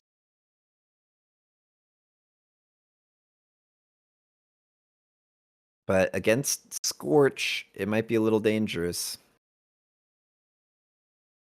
Yeah, even going down as far as to flank with a sledge, which is normally not a standard move, but you're kind of just playing aggro from far away. Yeah, the game is way different now. Things have definitely heated up. Yeah, can you kill this Vulcan before it levels? Easily. That's pretty good with the blue saber. Mm-hmm. Miasim now outscaling the Vulcan. And Wasps get to fight Wasps during debuff, which is excellent. Wow. Pretty big win Big there. damage. Really impressive round. Only needs a couple more rounds like that. I guess technically 3. Mm-hmm. Nano kit again for Just Flower snap pick. Fairy. Easy snap pick. Miasim, unfortunately not a linker, but can put it on the Saber. I feel like this is a situation where you need a blue Vulcan, not a white one. Yeah, elite recruiting like you might even sell your white Vulcan and then just elite recruit blue Vulcans. Feels so bad, but Take a yeah. loan. Yeah, The but blue if you Saber is scary as well. yeah, and if the Vulcans can clear the sledges out quickly and just not die with their nano kits, you Mhm. suddenly just snowball the whole game. Exactly. But Miasim adding more sledge, putting range on the wasps, and looking to close this out as fast as possible. Yeah, I kind of like the range. It is now range on the Vulcans for Flower Fairy. Range Scorch Vulcan's pretty good at clearing sledges. But there is this heavy armor level 3 sledge. There is a blue Saber. Yeah, the blue Saber is very scary here. But in I'm the not sure area they can kill where it. yeah, the area where Miasim is white sledges looks fine for Flower Fairy, but there's a Yeah. couple spots that just a few units cannot be cleared by Vulcan.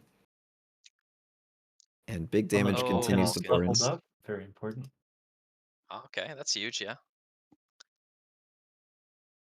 Yeah, that's very big. Fangs again. Bearlake wants to see it. Miasim takes the worm. What tech do you put on the worm? Oh, Nano Kit. Saber sold. Nano Kit goes on the worm. Do you armor it? I like that play. Yeah, I think you armor it. What do you think? I definitely think it's armor. Not only does it give you the damage blocking, but it gives you 50% more HP, Yeah. which is just excellent.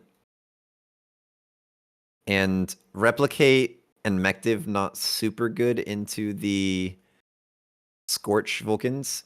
He will go Replicate though. Okay. And Flower Fury takes the Blender. forts and goes anti-air. Wow. I'm excited for this blender.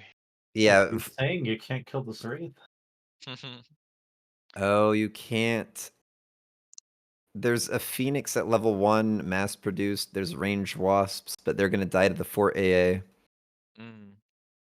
But the worms might just get in fast enough. Yeah, we'll see. I mean, the Wraith can't kill the worm. Yeah, good point, actually. I definitely like this for Miasim. I would prefer armor to replicate, but Yeah, same. replicate can be nasty. Replicate's sort of the play if you think it's gonna be melters. Yeah, you get both eventually anyways. At least usually, if the game goes long. Yeah. All right, let's But see these worms. Do they do any work? yeah, here they come.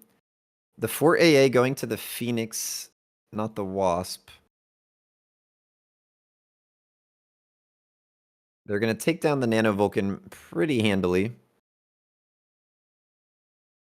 But all of the anti-air gone.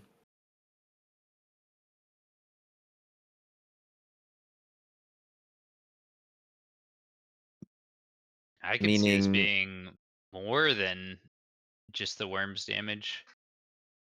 Like maybe multiple worms survive because the yeah, wraith there's can't a kill it lot fast of enough. replicate. There's also some blue wasps, though. Yeah, the blue We have wasps, 30 I guess. seconds to do it, and they get to go over to this tower and take it. Okay. A trade, roughly. Yeah, looks like it's just the nano worm. But any damage is damage.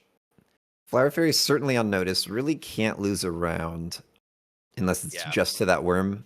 You're allowed to Very lose 2 more important. rounds to that worm. I guess technically 3.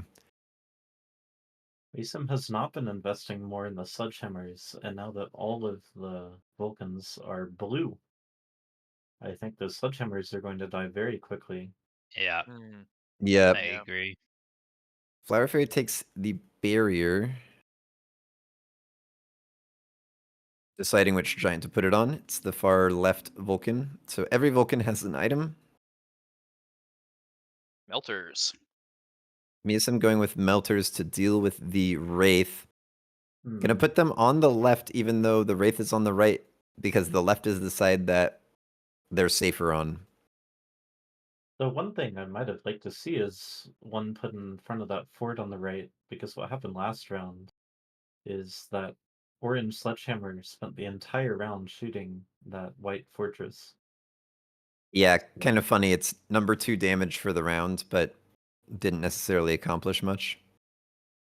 It did just over a fort's health worth of damage.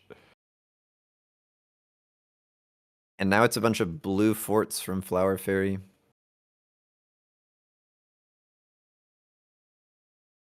Which will deal with the worms. No launcher yet. Just health 1 on the tower. I was But hoping Melter's... Go ahead. Mesim, is going to be able to pull off something sick, but this just looks like Flower Fairy's game more and more. His plays are so good, and it just feels like he's got inevitability on his side. He does. I'm not but sure yet. Mesim hope has melters which are really good into Flower Fairy's entire board. Yeah. For the fact that all those It's chaff clear is stuck on fortress. yeah, Yeah. but he's He's good Nano enough. Worm can't be killed really. Melters are doing it. Yeah, Will enough Melters are sledges doing it. live to win the game? He Ooh. needs 3 giants and a little bit. Oh my gosh. Is he just shy? Oh 42 shy. God. Come on, Miso, give us a game 3. All right, prizes from Bear Like Special Delivery. Scorpion, Fire Badger, Overlord, Typhoon. Miasim takes the Typhoons, more chaff clear, just gonna supplement the sledges. Scorpion's looking real good for Flower Fairy. But maybe wants like badgers or something?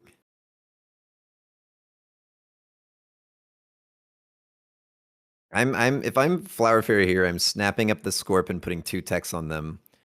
Range and either double shot or acid. I guess the only consideration is that it plays even harder into the melter spam. Yeah. Fair enough. And Flower Fairy does end up going with the Typhoons. The Typhoons just feel like redundant with the Vulcans and the Fort AA. Like, what are they supposed to kill? But I guess they're just more bodies. Now we see armor on the worms. So this is a 240,000 health worm, regenerating 4.5% of that per second. Yep. It's Crazy. a bunch of wasps. Wow. But Miasim kind of counterplaying this line with these late Typhoons. So the Yeah. sledges have range. They're going to be a first wave of chaff clear. And then the Typhoons are going to come in late and kind of clean up anything that slipped through the cracks. I do like that because of that second wave of crawlers ended up being a pain.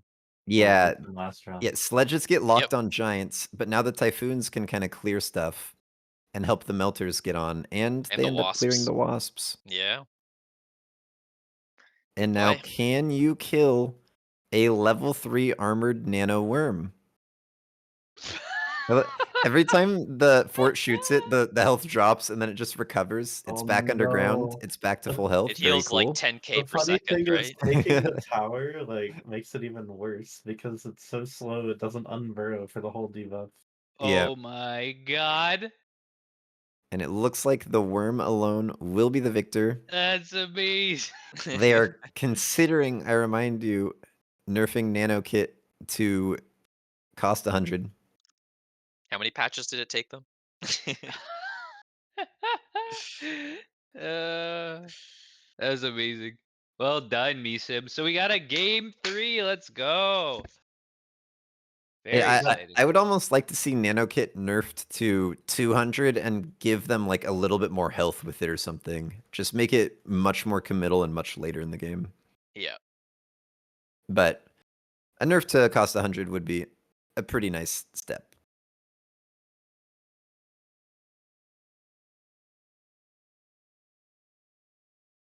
All right.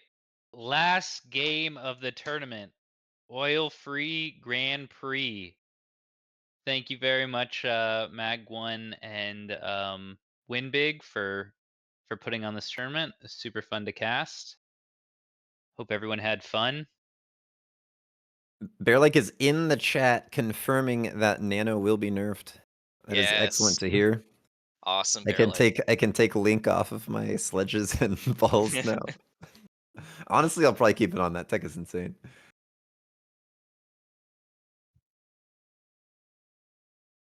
What do you think of those sledgehammers? The sledges, I think they were good. They just provided a lot of tempo. They provided a big problem. And he was able to sort of stop investing too much in them and develop answers. He had the breathing room to develop the melters. He was able to make new problems with the worms. So it kind of just bought him a lot of space.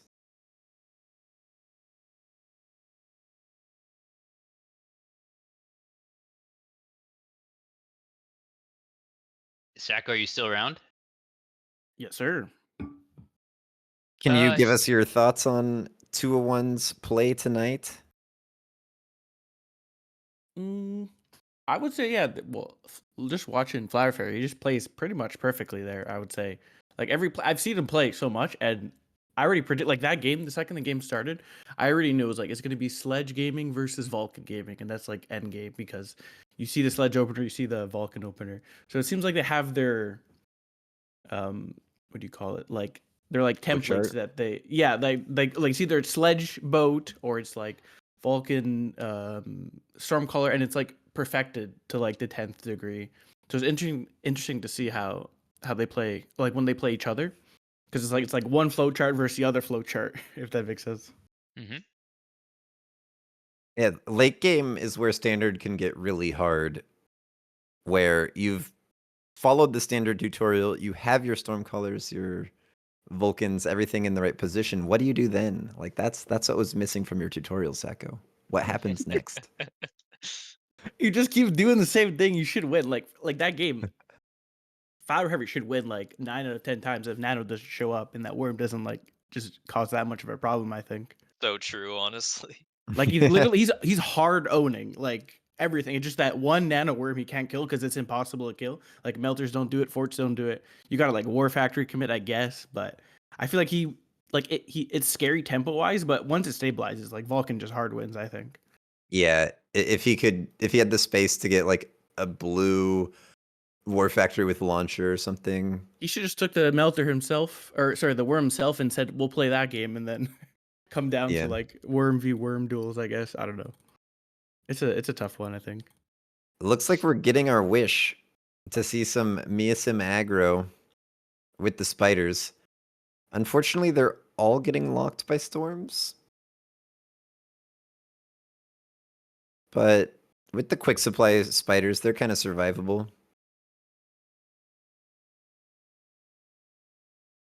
And the storms are splitting their damage enough that no spider goes down into. Oh, never mind. They Whoa. two of them go down last second. Good health save for Flower Fairy.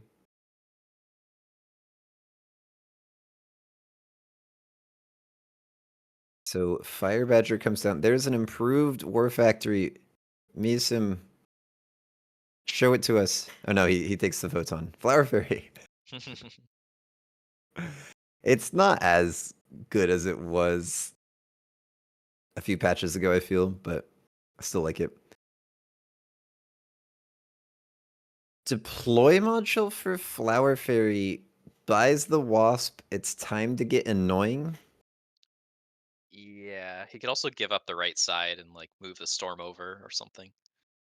It's just like a wait for unit drops type of play. Yeah. Yeah. Because like you have 4 spiders to deal with. That's kind of hard to solve right now, I think. But one air unit, man, you can get a cheese win. Yep. That air unit might be saving him up to 800 health right here. Miasim That's just crazy. deploys a couple crawlers that stop the storms from locking. I guess he just wanted to wait for the line to be available to put those crawlers down. Wasps not going tower, they're just following that crawler. Oh, they're peeling off. Yep, there they go.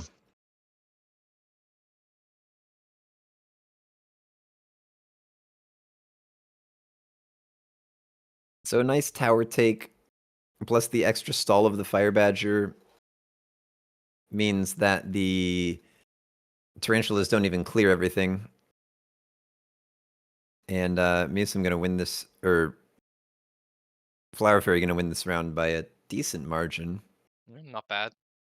I don't even think you're supposed to win that, so it's pretty nice. Yeah, without the Wasp. I mean, you have the thing about Fire Badger Specialist is already on turn 2, you've equalized the money with Quick Yeah. Supply. In Yeah, it's fact, very you're strong. sort of like up a deploy. Mm-hmm. You're up a deploy plus an unlock, so it's sort of like, in a sense, you're up $100. Yep. It's very powerful. Absorption module on the Fire Badger. If that thing can scale, which it did get halfway to leveling, it can become a huge problem.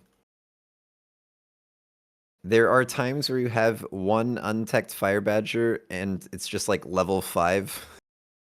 And when Yeah. your opponent finally answers, you just sell it and move the absorption module onto another unit that dominates with it. But the Wasp is deploy modded back. Minus 50 on that missile. And it is range on the Tarantulas. Yeah. And Musim actually covers the other flank with a Wasp of his own. Yeah, interesting. So that's Which his will, anti-air? yeah, that's his anti-air. So it just kind of comes down to who wins ground and therefore gets their Wasp engaged onto the other player's Wasp. Mm-hmm.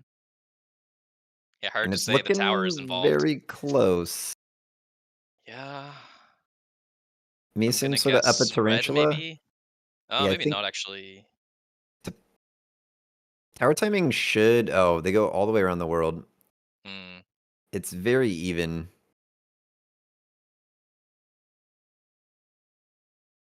Here it comes. Debuff ends. So it's just a straight showdown. Wow. And it goes to Miasim. Kind of an RNG. Like, it sort of Yeah. depends on just how the units are dispersed. Yeah, just the It's... connections. Yeah, it's very weird. All right, Mustangs. Mustang, Saber, Rhino, or Marksman.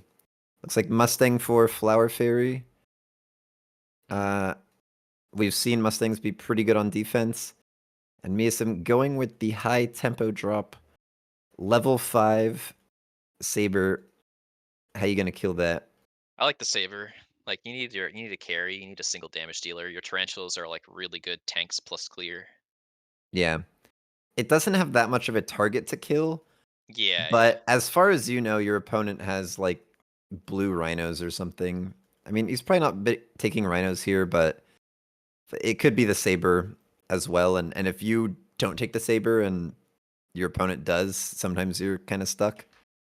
Yeah, and it's like if they don't build something for the Saber to target, then like your Tarantulas should just be able to crush everything. Yeah, and you always have the option to sell the Saber. Yep. But I often prefer to hold on to the drop for a turn just to see, do I actually Definitely. need this thing?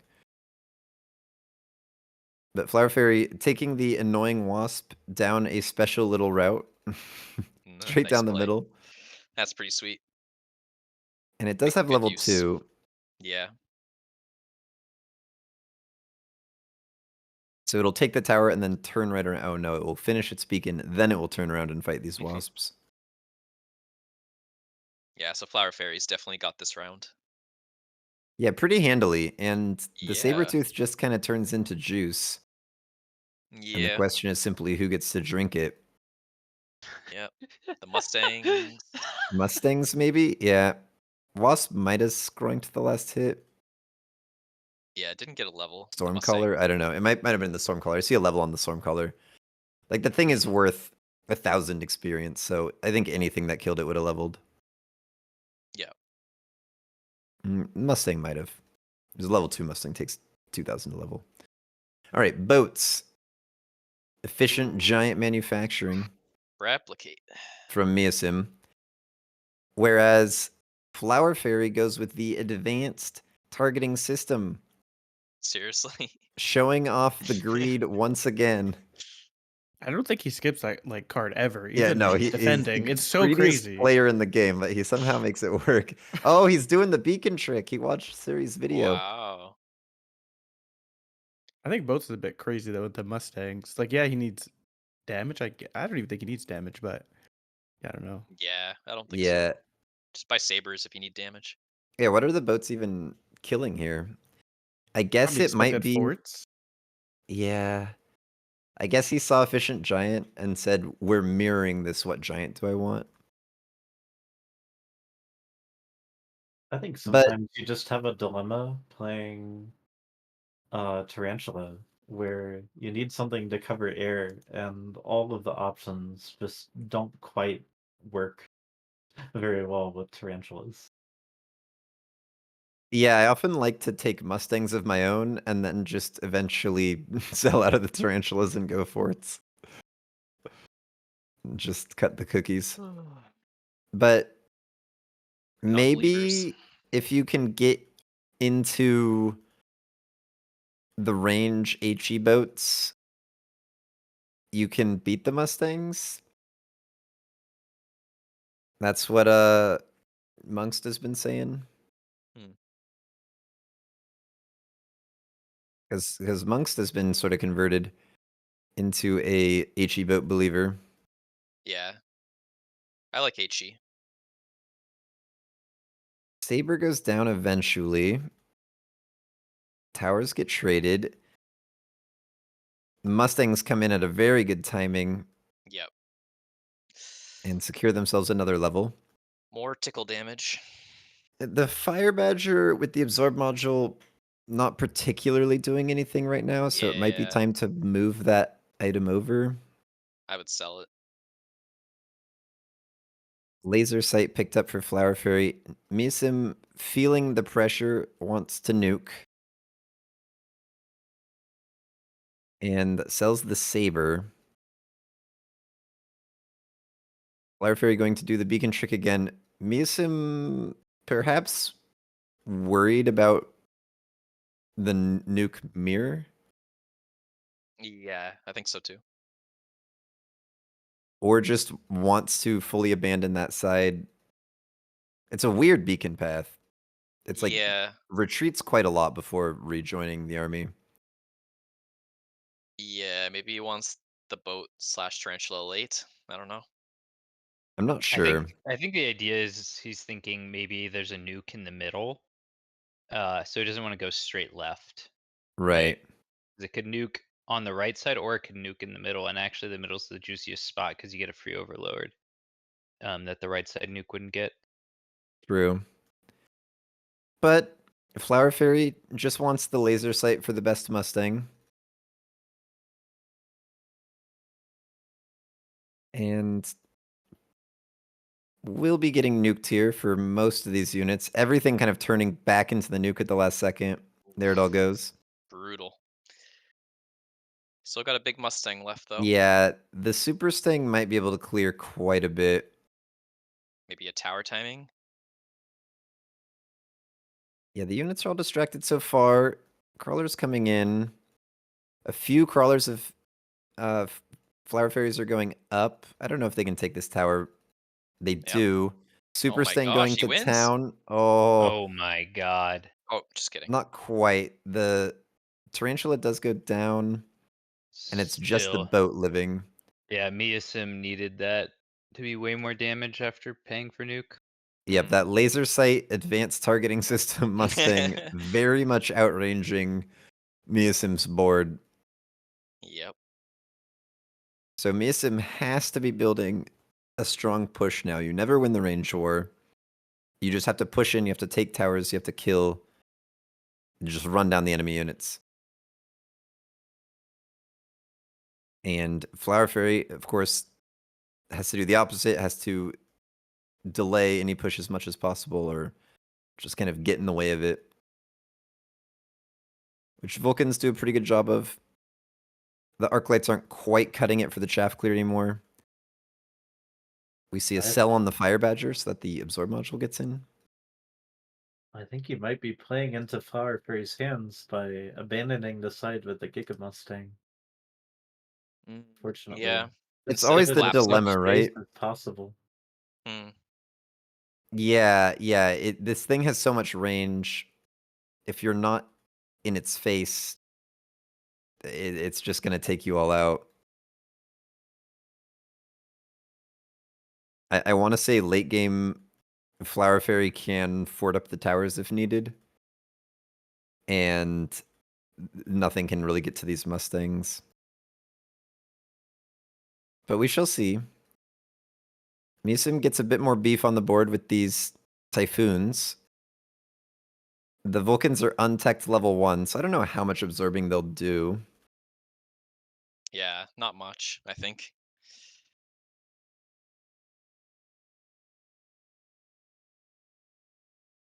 No launcher on the boats yet. Yeah, Musim's a little bit in the hole. Clicking the tempo buttons, range speed, and having bought a nuke. Yeah. The Giga Stings are Giga. They've defended that Oh, side. they're getting the tower too. Yeah, just 3 of them are going to go take it from his own side of the map, by the way. Yeah. And the Absorb Module Vulcan just held out long enough. But not quite game. But you're really in a bind as Miasim here. Yeah. This is really Amp cores uncomfortable. all around. Oh my gosh. Curious where Flower Fairy puts it. Okay, on the Mustang. Yeah, On the makes top sense, right? damage Mustang, yeah. Just amplify that damage.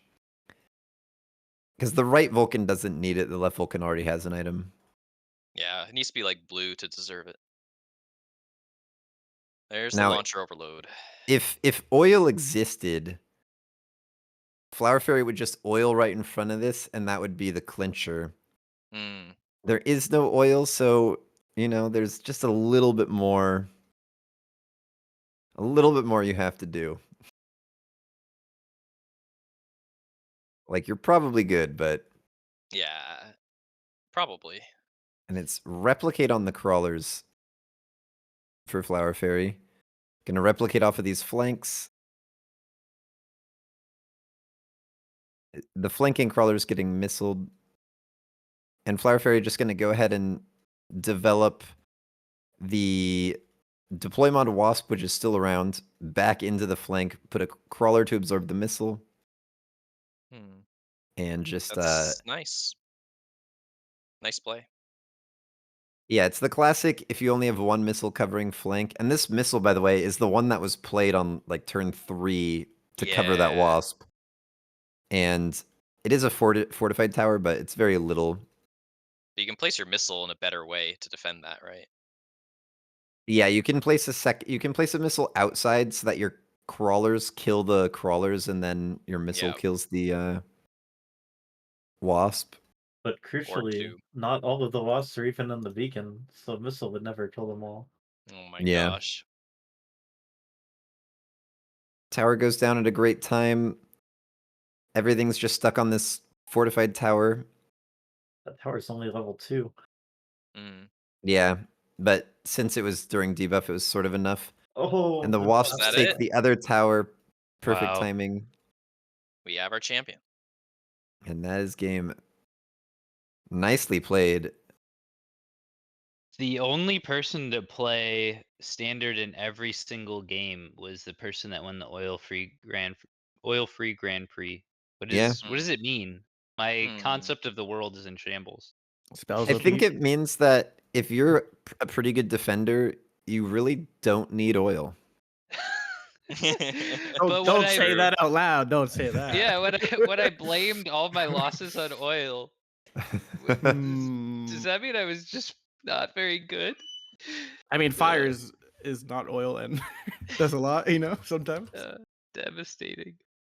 Hey, you know, Yeah, and then he you really also didn't get get many the spells this acid game. and the smoke, And then the EMAG and the EMP and the orbital, and the other EMAG.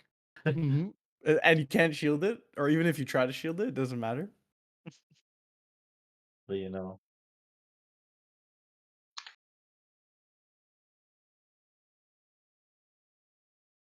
All right, You well, wanna- that is going to be it for this recording, for this tournament, for this.